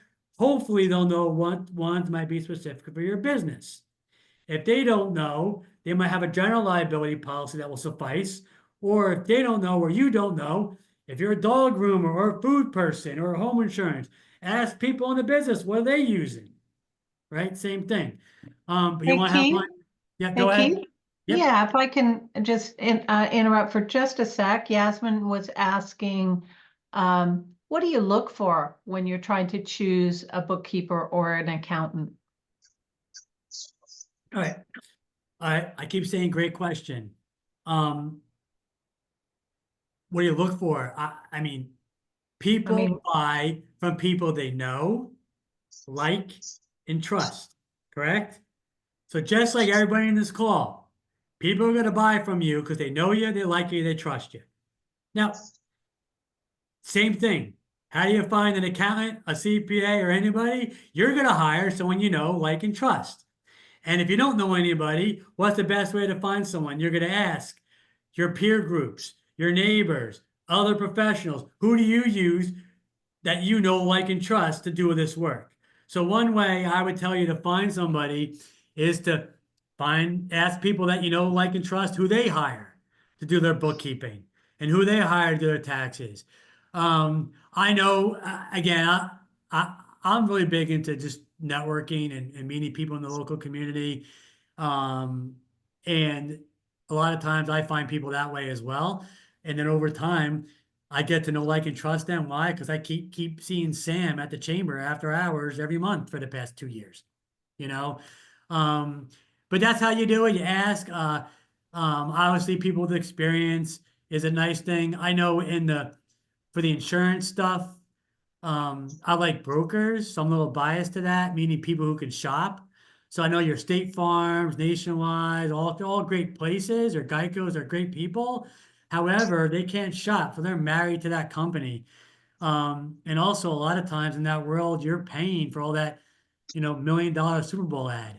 So, Geico's, they say we save you 50%, but they pay so much in advertising, they're not always the cheapest. So bottom line, I'm biased toward brokers, people who can shop, multiple carriers. The long answer to the short question, how do you find people? Is just like I still find people I know, like, and trust. Now, granted, I have recently put out to my world, I'm looking to expand my world of bookkeepers and CPAs. Why? Because like I told you, I'm having a problem. Is a lot of these firms in my marketplace, they have too much overhead, and I send a 1 or 2 person shop to them, and they want to charge them $500 a month for bookkeeping, right? So I had a client recently who's in a women's networking group that said, Keith, I had this young lady in my group who has her office at home, who's been in business a long time, seems to know her stuff. And so you might want to call her. So I called her. I had a one-on-one with her. And I'm like, hey, we might be a good fit. So I started sending her clients. So again, I'm not to answer your question, but I'm just like you sometimes. It's just like you just got to find people like, and trust, and do a good job. And then in the beginning, just kind of monitor what they're working on. So did I answer your question? Long story short, did I answer your question? Yes. So, It answered the question. I was wondering more so, like, how do you know if they have the expertise to cover? I don't want them to cut corners, and then when you file for IRS, your business, and then there's issues.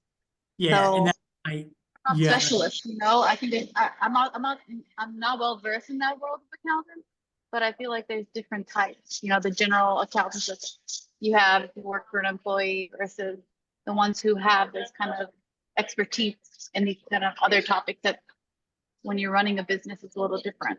yeah. I would say most of your accountants in a firm that's, again, not to pick on the Liberty Tax or the the other one, the Liberty Tax. I'm blanking on the other one. Like, yes, they're not going to have the business experience, but most of your people who are on their own doing taxes or at a firm doing taxes will have the background that you're looking for. But it's a matter of, that's why you want to have people like, and trust, and then people like me also on your team, that eventually you can have someone review your taxes and see if the person is doing it correctly, or it's, yeah. But most people, with not to discount it, what we're all on this call thinking is complicated and hard. It makes sense because you're all new in it. This is really more general wheelhouse stuff for most of your accountants and CPAs who are in a firm, not on their own, like not a TurboTax or a Liberty Tax. Does that make so? It is more common than you would think, but not to you all, because it's not what you do for a living. Okay. Clear. Thank you. Oh, you're welcome. What did I just do?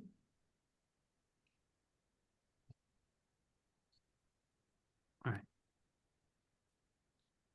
All right. So that definitely just, insurance, real quick, make sure you have the right liability insurance, get the quotes. If you have workers' comp, car, real quick, just make sure you tell, if you're using your car for business, just make sure you tell your auto insurance person. They most likely, if it's a LLC or a sole, they can keep on your individual policy, but they might have to add a rider on there just so you're protected if you're using the car for work. I know me with my S Corp, my company owns my car, with some other benefits to it. And then, I had to have a separate liability policy. So my P&C guy called it. It's like, Keith, you gotta get your car off your policy. I know you had it, but anyway, so that kind of stuff. Health insurance, just know the health insurance marketplace. If you're independent and you're in business for yourself, are you going to go on your spouse's health insurance? Are you going to have to do it get your own insurance through the marketplace? Are you going to try to get a policy through the business? So just understand, there's a lot of stuff Hey. out there. Hey Keith, one quick one. What type of insurance protects you from theft? That'd be that's a P&C. I would ask my commercial insurance person that, is there an insurance policy in my retail business that covers me from if my store is looted? I don't know that question. Okay. Okay. But there probably might be something that exists that you could pay for.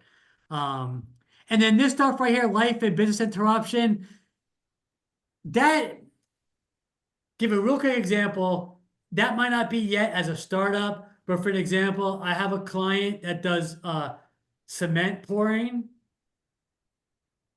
and he has some people in the business that if someone dies, they're going to be in a pickle because that person is a key person on the foreman on their jobs and doing jobs.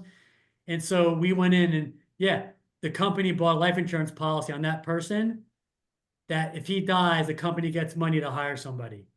They also have a life policy on the owner when he dies that will replace him again. So there's insurance stuff that as he gets a good professional will start talking about when you're making good money and you have a key person in the business. And also life insurance wise, like even me, we have life insurance, on me, same thing. If I die, money goes to my partner to buy out my wife. So, which will also replace the lost income.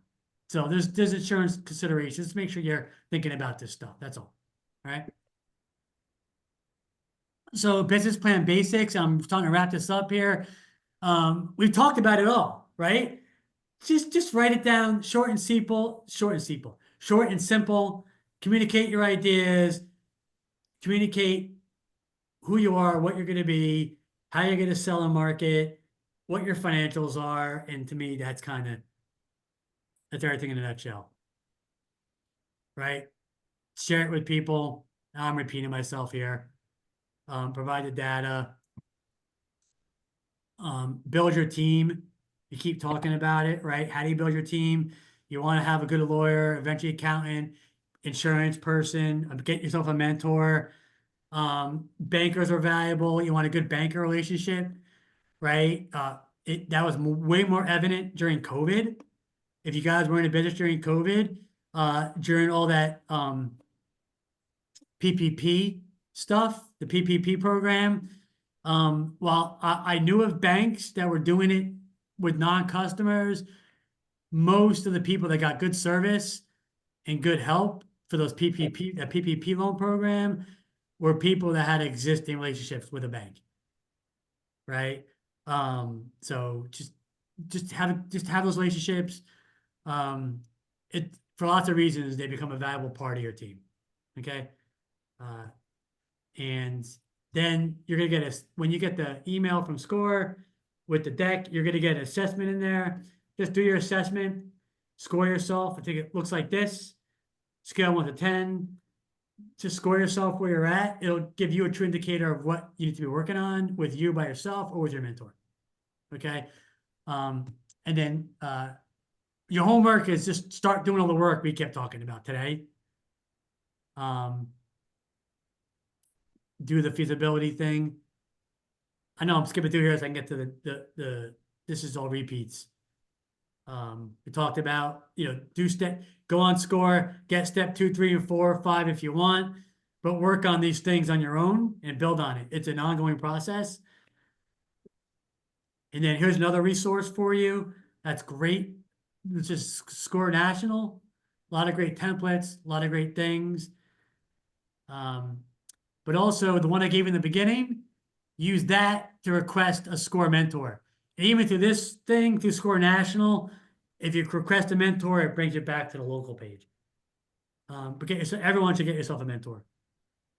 There's no cost, and we work with you on an ongoing basis to do all the stuff we talked about today. All right. So that was me. Before I pass this on to the library, that was a great resource for you. Do I have any questions? All right, look at that. I did it, Barbara. 30 minutes on the nail. Wow. That's awesome. Because I know some of y'all complain. Some of the school mentors go like, leave it with you with having 4 minutes left. So Not you. there you go. All right. Appreciate So let me type a couple of things in the chat that a couple of websites that I'm gonna talk about. And a couple of things that I'm going to mention just before I get started, so that you guys will know what I'm talking about. And let me share my screen with you guys. Hold on a second. Let me get mine going. And share that. Let me from the beginning. And let me get this puppy to go full screen for us.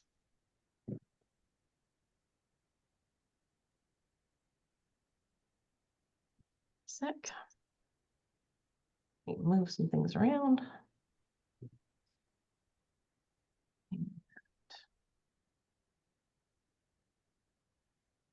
I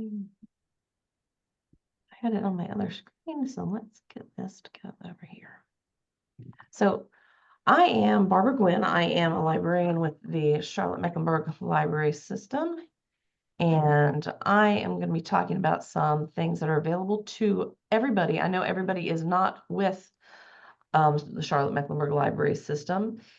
And so I'm going to talk about some of the databases that are available to everybody in everybody in the state of North Carolina, no matter where you are from, through nclive.org. nclive.org is a database, a family of databases that are made available to you through the North Carolina General Assembly. You guys have paid for that with your tax dollars.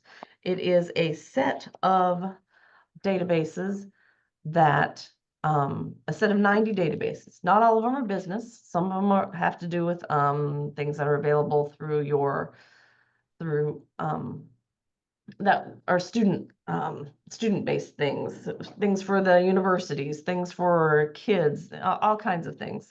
So we're going to be going through all of those, and I don't think I have got you on full screen. So hold on a second. Let me fix that first. Let me get you out of here. Hold on a second. There we go. Has that got you guys full screen? Give me a thumbs up if I've got you full screen. Thank you. All right. So in order for you to get a library card, typically, if you go into any library throughout North Carolina, you just go in with a photo ID and something that shows that you are a resident. So if your driver's license has your pretty picture on it and your current address on it, that's all you need. If you don't have a driver's license from North Carolina with your address on it, you can take your New Jersey driver's license in with something that shows your current address on it, like your lease agreement or your power bill or something like that. And that typically will get you a library card from wherever you are. And that's what we require here in Mecklenburg County. So I'm going to be showing you things from Mecklenburg County because that's where I happen to be. And so that's where we are going to start with today. So if you are here at Mecklenburg, if you're going to be on a second, hold on a second. I think I've gotten you in the wrong spot. Yeah, we see a screen, but it has like the side slides. Yeah, I'm hold not on. sure if it's just- yeah. Hold on 1 second. I don't think I've got. It looks Yeah, like that you may have to expand it at the bottom. And we actually, can see all your slides. I think actually I've got something that I don't want to, I got the wrong, I'm gonna go to a different one. So hold on a second. Let me stop this share and fix this. 'Cause I think I've got something else. I have 47 versions of this particular thing. I think I got the wrong one. Dad, wing it. So let me talk about something else for a sec while I get this all situated. And this is not the right thing. They renamed this file incorrectly. That's not good. The person who uploaded this uploaded it incorrectly. So that's not great. That's okay. We're gonna punt. That's gonna be just fine.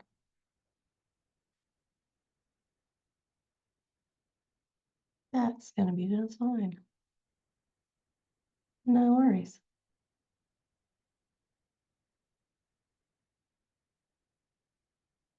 They're gonna be just fine. Let's go and get the wrong thing. They handed me the wrong thing. Get started with you guys. That's all right, because I can get that from another spot. And I apologize for not having my correct thing.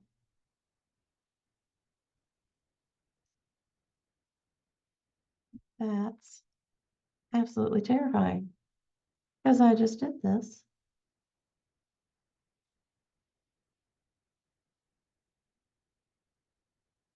They told me they had uploaded the newest one and they have not.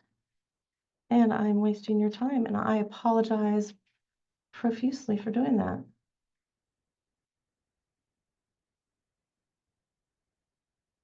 That's okay. We're going to fix this.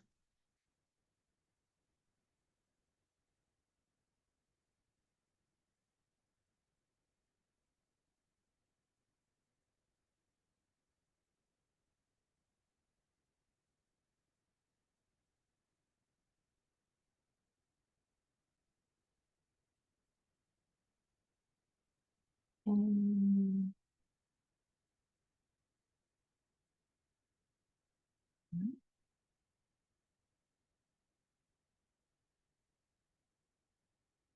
The craziest thing. Let me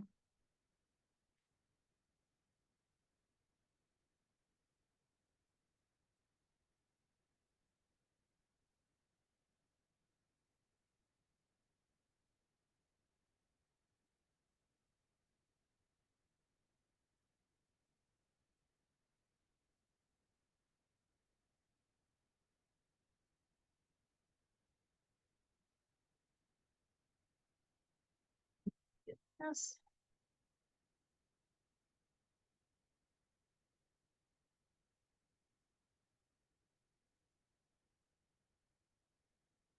I am just mortified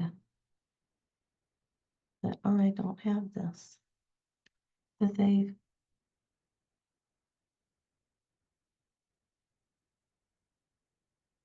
got this wrong. That's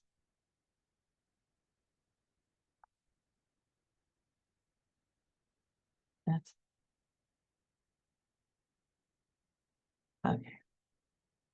That's okay. That's okay. Let me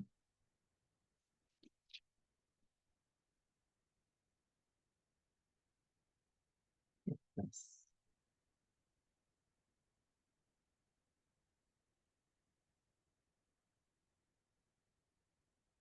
I'm gonna turn off my camera for just a sec. Give me just a second. And I'll,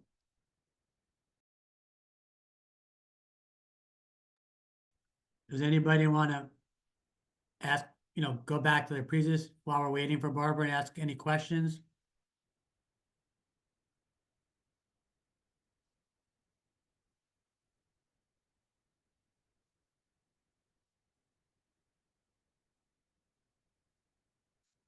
Yes, sir.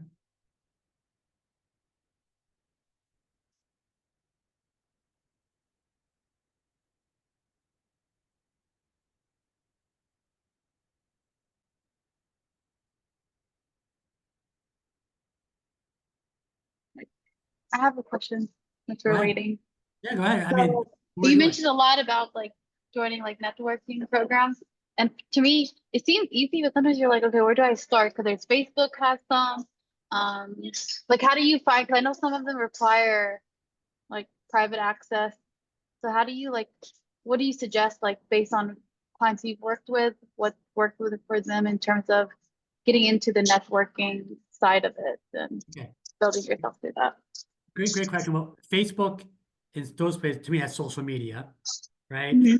So for networking, I mean, it's a matter of, I'm not sure where you are, but like the chamber after hours, well, that I'm a member of the chamber, right? Mm. But my other advisor in Charlotte, he goes, like, even through like network after, like, long story short, if you Google search networking groups in Charlotte, networking groups in Gastonia, wherever you are, you'll find like all like networking groups in Cabarrus County.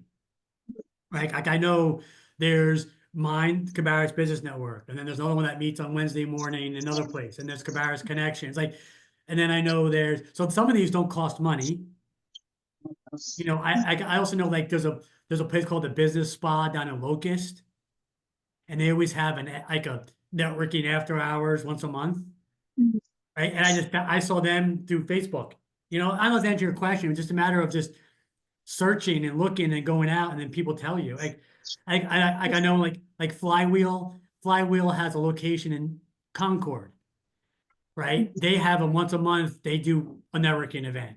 Now I used to be at Packard Place in Uptown Charlotte before COVID. Used to do all kinds of events, and they had it on meetup.com, which is another thing. Like they used to advertise meetups. So I just find them, I guess. Does that answer your question? Yeah, so basically get your foot in the door and then you'll have all these connections to get into other. Or you just find them like through searching, and like you Yeah. and you end up seeing the same people sometimes. Oh, I saw you. Oh, and then you start recognizing people, like Awesome. depending on your community, you Yeah. know. Yeah. Makes sense. Okay, cool. And thank you. And thank you. I know Jane, she mentioned some places too. It was really, okay, great. So thanks. Yeah, women in business. Like I know, like E-Women, and like I know we're E-Women is all around the country. Women in Business North Carolina. I think that might be the one that's in Cabarrus County. But yeah, just searching, Google searching for these groups, and you find them. I do want to get into. I mean, and real quick, B&I is a national one. So B&I is the most common, but they're the ones they're really hardcore referral, and they charge money. So some people don't like that. They charge a lot compared to people. So it's all, and then it finds out what fits your personality. What groups do you like? You just find the ones that you like. That's true. So, And then speaking of that, the one thing I'm really looking into, because if you remember, I want to go into interior / event design. So I was thinking working with the real estate. But I know with real estate groups, I think they require you to be like I don't mind paying sometimes, like if it's worth it. Like how do you know if because I don't know if they even have free groups. yeah, well, first of all, Barbara, I was just talking while Barbara, you ready? yes. Oh, I Oh, was just sorry. talking while we're waiting for you. You could stop me anytime. No, No, it's fine. finish your thought. Oh, what was that question again? I'm sorry, Yasmin.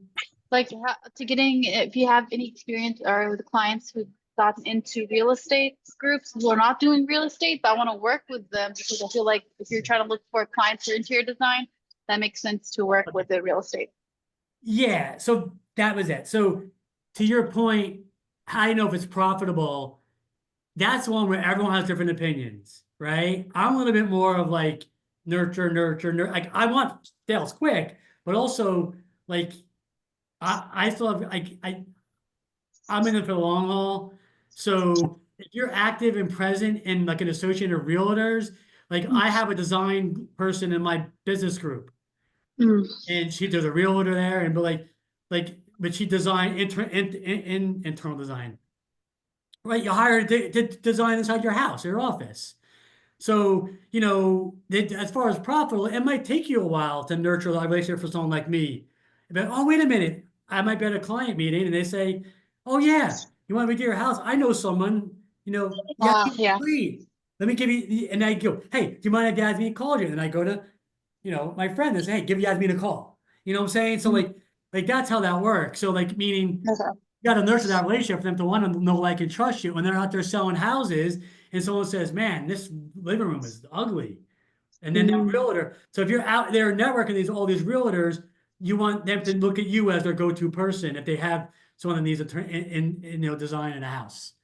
So Okay, yes, that makes but if you're the attitude, well, I didn't make any money my first month, my first year. Some people might say get out of the group. I'm different. I say no, because to me, I know that activity aligned with other activity always pays off. So, gotcha. Okay, cool. Thank you. you're welcome. Go ahead, Barbara. Okay.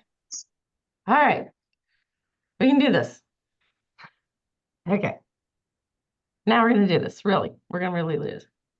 I'm so very sorry. Please forgive me. I am just absolutely mortified. It's going to be okay. Okay. Okay. Wait. All right. Let's get, oh my God. Now I got to find the right one. All right. Let's show it. All right. Do you have one that says Charlotte Mecklenburg Library on it? Or Yes. no? Yes, we do. Yes. Okay. Phew. All right. So get a library card. Bottom line, get a library card. Okay. All right. So get a library card because we have access to NC Live. If you have a library card anywhere in the state, you have access to nclive.org. It has over 90 databases, and it's not just business. It's business support. If you're serving an immigrant community or hiring from an immigrant community, they have language learning resources and homework resources if you have kids that are working on things. So let's look at an example today.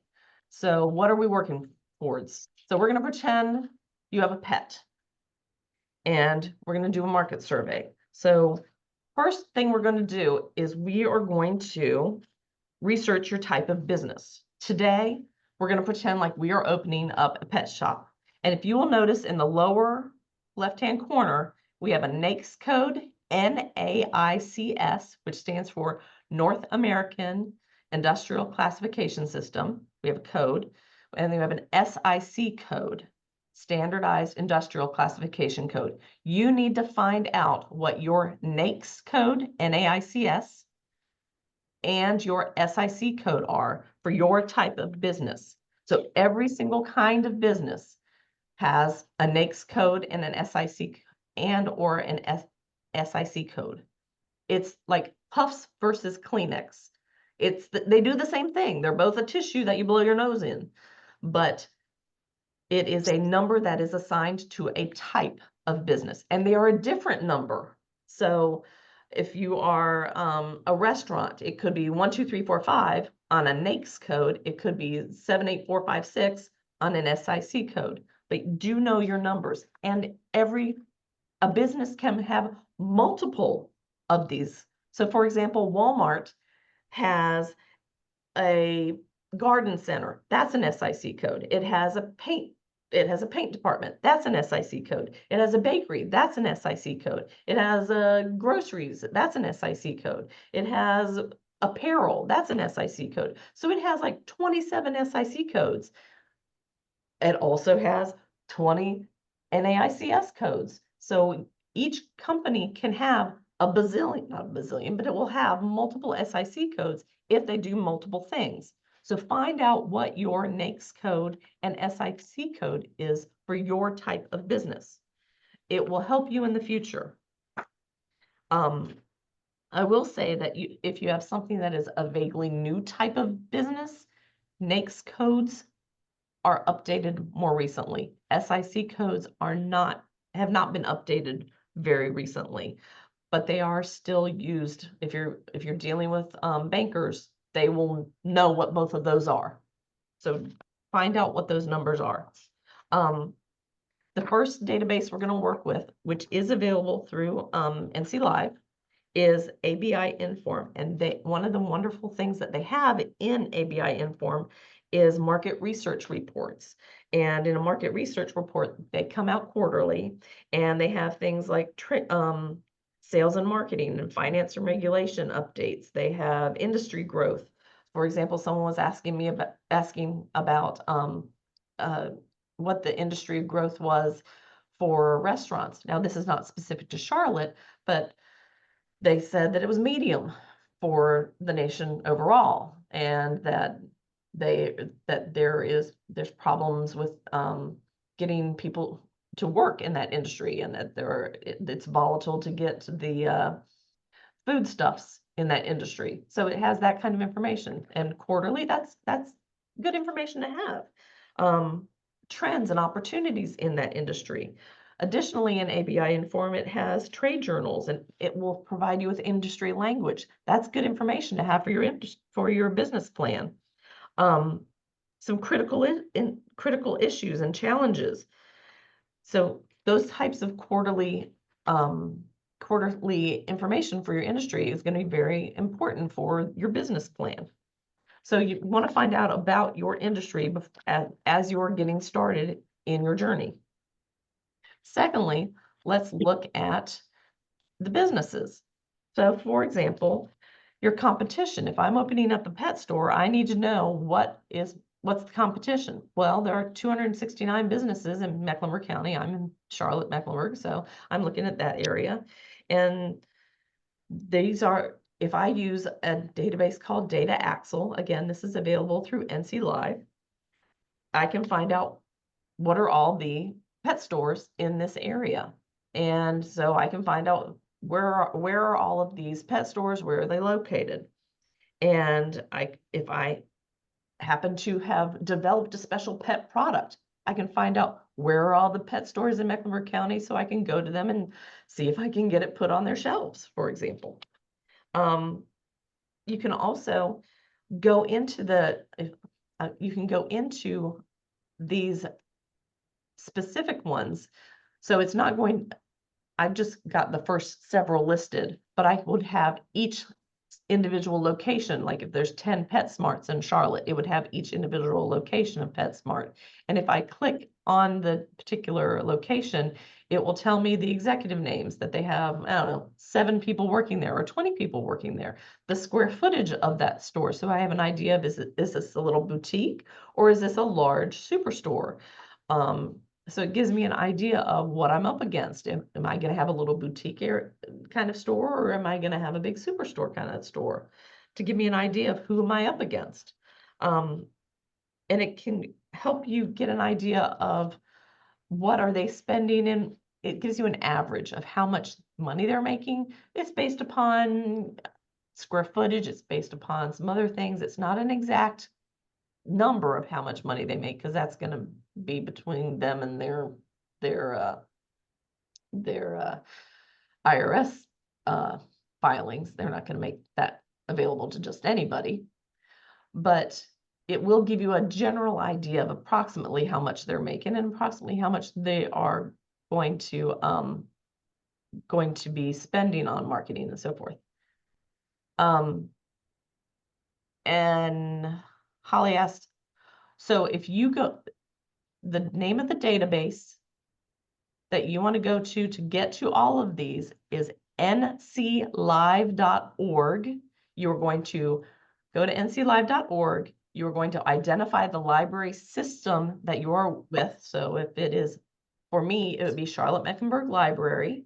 For you, it might be Wake County Library or New Brunswick County or whatever library system you're with.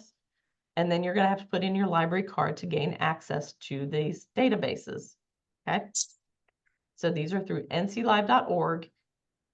and you're going to be able to go to ABI Inform, and you're going to be able to go to Data Axle Reference Solutions. Those are the names of the databases within this large umbrella of nclive.org. It is a family of databases within nclive.org that the North Carolina General Assembly has purchased access to on your behalf as a North Carolina resident.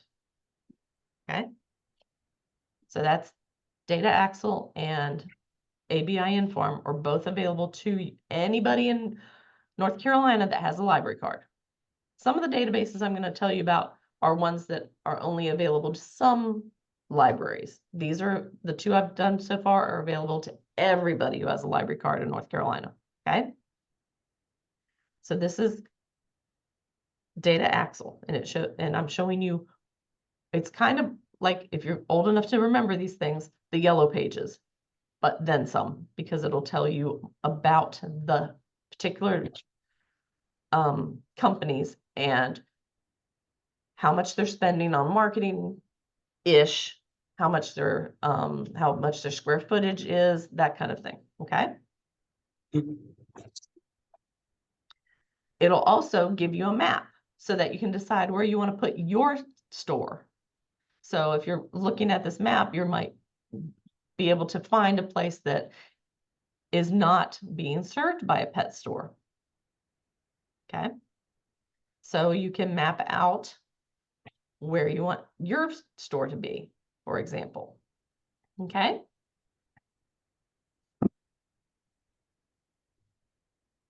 And you can download when we look at these, you can also download these into a database so that you can do a mailing if you want to do a mailing, for example. But you can also make a map of it. The next database I'm going to show you is called Simply Analytics. Now, Simply Analytics, you can get to through my library and some of the other ones, like Greensboro Public has it, High Point Public has it. I know Duke has it, UNC has it. So you're going to need to check with your library to see if they have this particular database. Not all of them have it. This is not one that's available through NC Live. Your library would have to choose to purchase this one additionally. So you'll need to check with your library to see if they have it. It's called Simply Analytics. And this one doesn't look at the businesses, it looks at people. And it's showing you where the people are that are spending money. So if you'll notice, the darker the color, the more people are spending. So you want to put your store closer to where people are spending money on their pets. So you want to put your store where the dark red is, because people are spending money where the dark red is.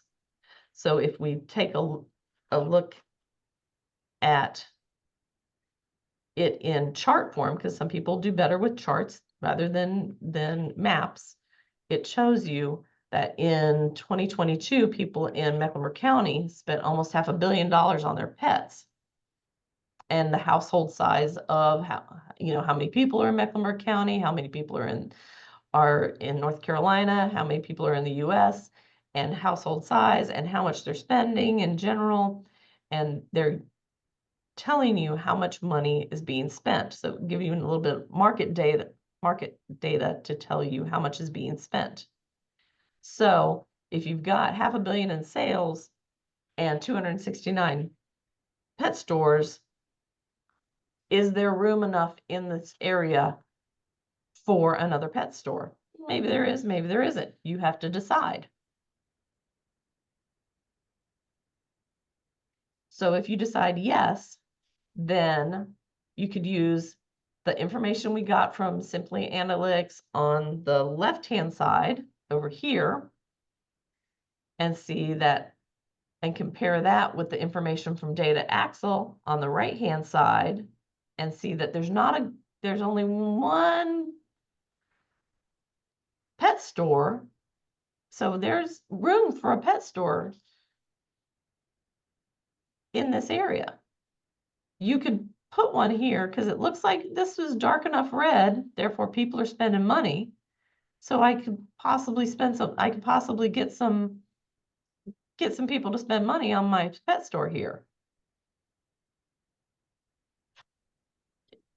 Okay.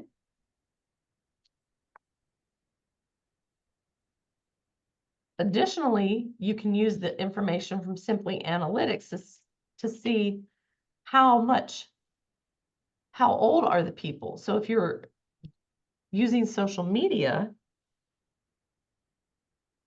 you can decide, okay, do I want to target the TikTok people? Do I want to target the Instagram people? Do I want to target the Facebook people? Depending on their age, who am I targeting? If I want to target the right age group for my product or my thing, this tells me who's spending the money, where do they live, and am I targeting the right audience depending on their area? And this, I'm using Simply Analytics. Simply Analytics is one that is not available through NC Live. You'll have to check with your own library to see if they are paying to get access to this one. And it's at the bottom of the slide, Simply Analytics.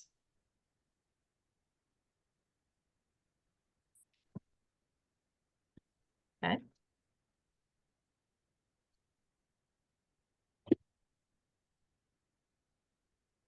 All right, so once you've decided who you're talking to, what are you going to say to them? Well, if you use a database like Masterfile Premier is a database that has all kinds of different magazines. So if we use something like Masterfile Premier, we can get quotes that you can put in your Instagram or your TikToks. Like, for example, this perfect bed will make your dog the happiest dog on the planet because it's good, and your dog will no longer suffer from arthritis or whatever you want to say about the dog. And if it will no longer have joint pain or whatever. And you'll have research to back it up. Or you should have a dog because dogs will make your life better because you will no longer have depression. They are linked with a happier outcome because of this study. Okay. And you can put that in your post and you will have research to back it up.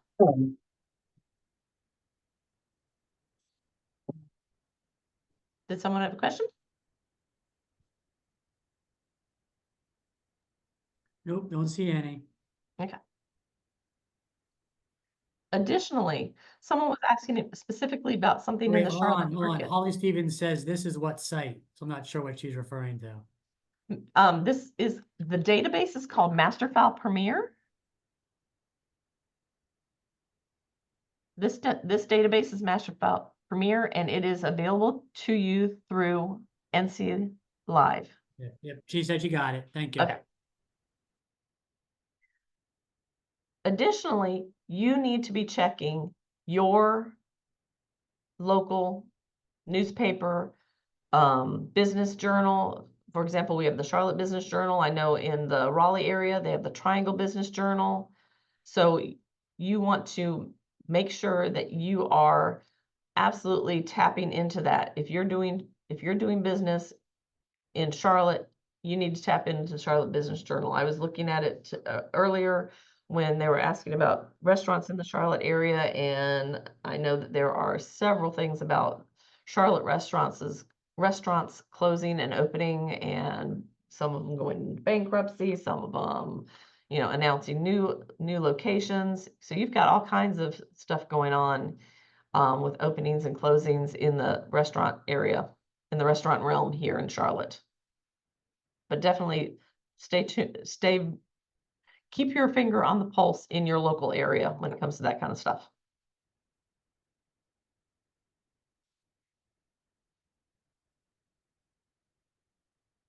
Now, here at CML and also places like Durham Public, we subscribe to something called LinkedIn Learning. Earlier, it was asked, do you have the skills? Are you weak in a particular area? LinkedIn Learning has computer software and office products training videos. You can build a web, it teaches you how to build a website, teaches you about QuickBooks, it teaches you about Excel. It used to be called lynda.com if you're familiar with that. Additionally, we have, again, this is not available through nclive.org. We have Universal Class. Again, places like Durham Public has access to this one as well as CM Library. It has QuickBooks, it has Six Sigma, it has internet marketing, writing policies and procedures, job performance appraisals, branding and marketing, things like this.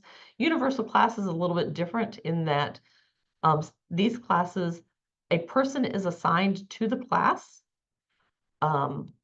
It is not that you have to meet on a Tuesday at 12 o'clock. You take the class, you do the homework, you submit the homework, and then you get feedback on the homework via email. Or you can also do a video audit. But these two are available through Charlotte-Mecklenburg Library and some other library systems. So check with your library to see if they also subscribe to these.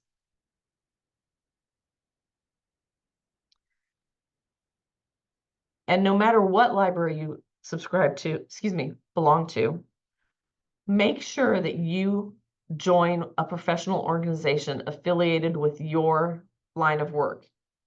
Like the gentleman who wants to be a home inspector, join something like the American Society of Home Inspectors. Like the person who wanted to run an inn with a coffee shop, they're going to have a specialty coffee expo in Houston next year. Make sure that you are joining up with the people who are in that field of business. They will do specialty marketing in that area. They will do all kinds of what's the word? Polling in that area. They will do research in that area. They will become the people that you can ask questions of when you are looking for something in particular. They will become a great resource for you. The home inspector one, they'll tell you what you need to know in order to become a home inspector, the licensing required, the general statutes that are being followed by that particular industry, those kinds of things.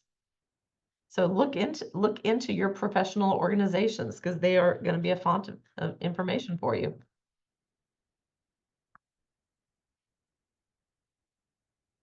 And also look to your library wherever it is and see what they have available in the business realm. What do they have available to you? Do they have different research librarians available to you? Can you book time with a reference librarian to find out what they have available? Here we have a book a librarian research one-on-one Zoom thing that you can sign up for. So see what's available at your own library. Because depending on what databases and what resources they have available, they can be an awesome resource to you as you go on your journey. And remember, we're still a library. There's going to be a time when you're sick and tired of looking at the business stuff and just want to breathe and watch a movie or read a fun book or take your kids to the library or take your grandma to the library or take yourself and your partner to the library and just have a good day, have fun. So whatever you do, go to the library. We're fun people. And we can really expand your horizons, not just in the business sense, but in all senses. And I apologize for not having this particular version of this up. That's okay, Barbara. Thank you so much. That's great information and we appreciate it. Right now we're a bit over time, so we see quite a few people dropping off, but I want to thank everyone for showing up today and hope you got a lot out of Simple Steps and the overview of what you can get at the library in terms of market research and help in your small business. I'll remind everyone, go to score.org. You can find templates, articles, training. you can sign up for a mentor. So we're here to help. Any other questions you have, we're happy to help you answer. Thank you so much, Keith, for all of your expertise and your time. Thank you, Barbara, for your time and expertise. And I want to thank everyone for showing up today and wish you a good afternoon. Thank you. Have a great rest of the day, everybody. Best of luck to all. Bye-bye.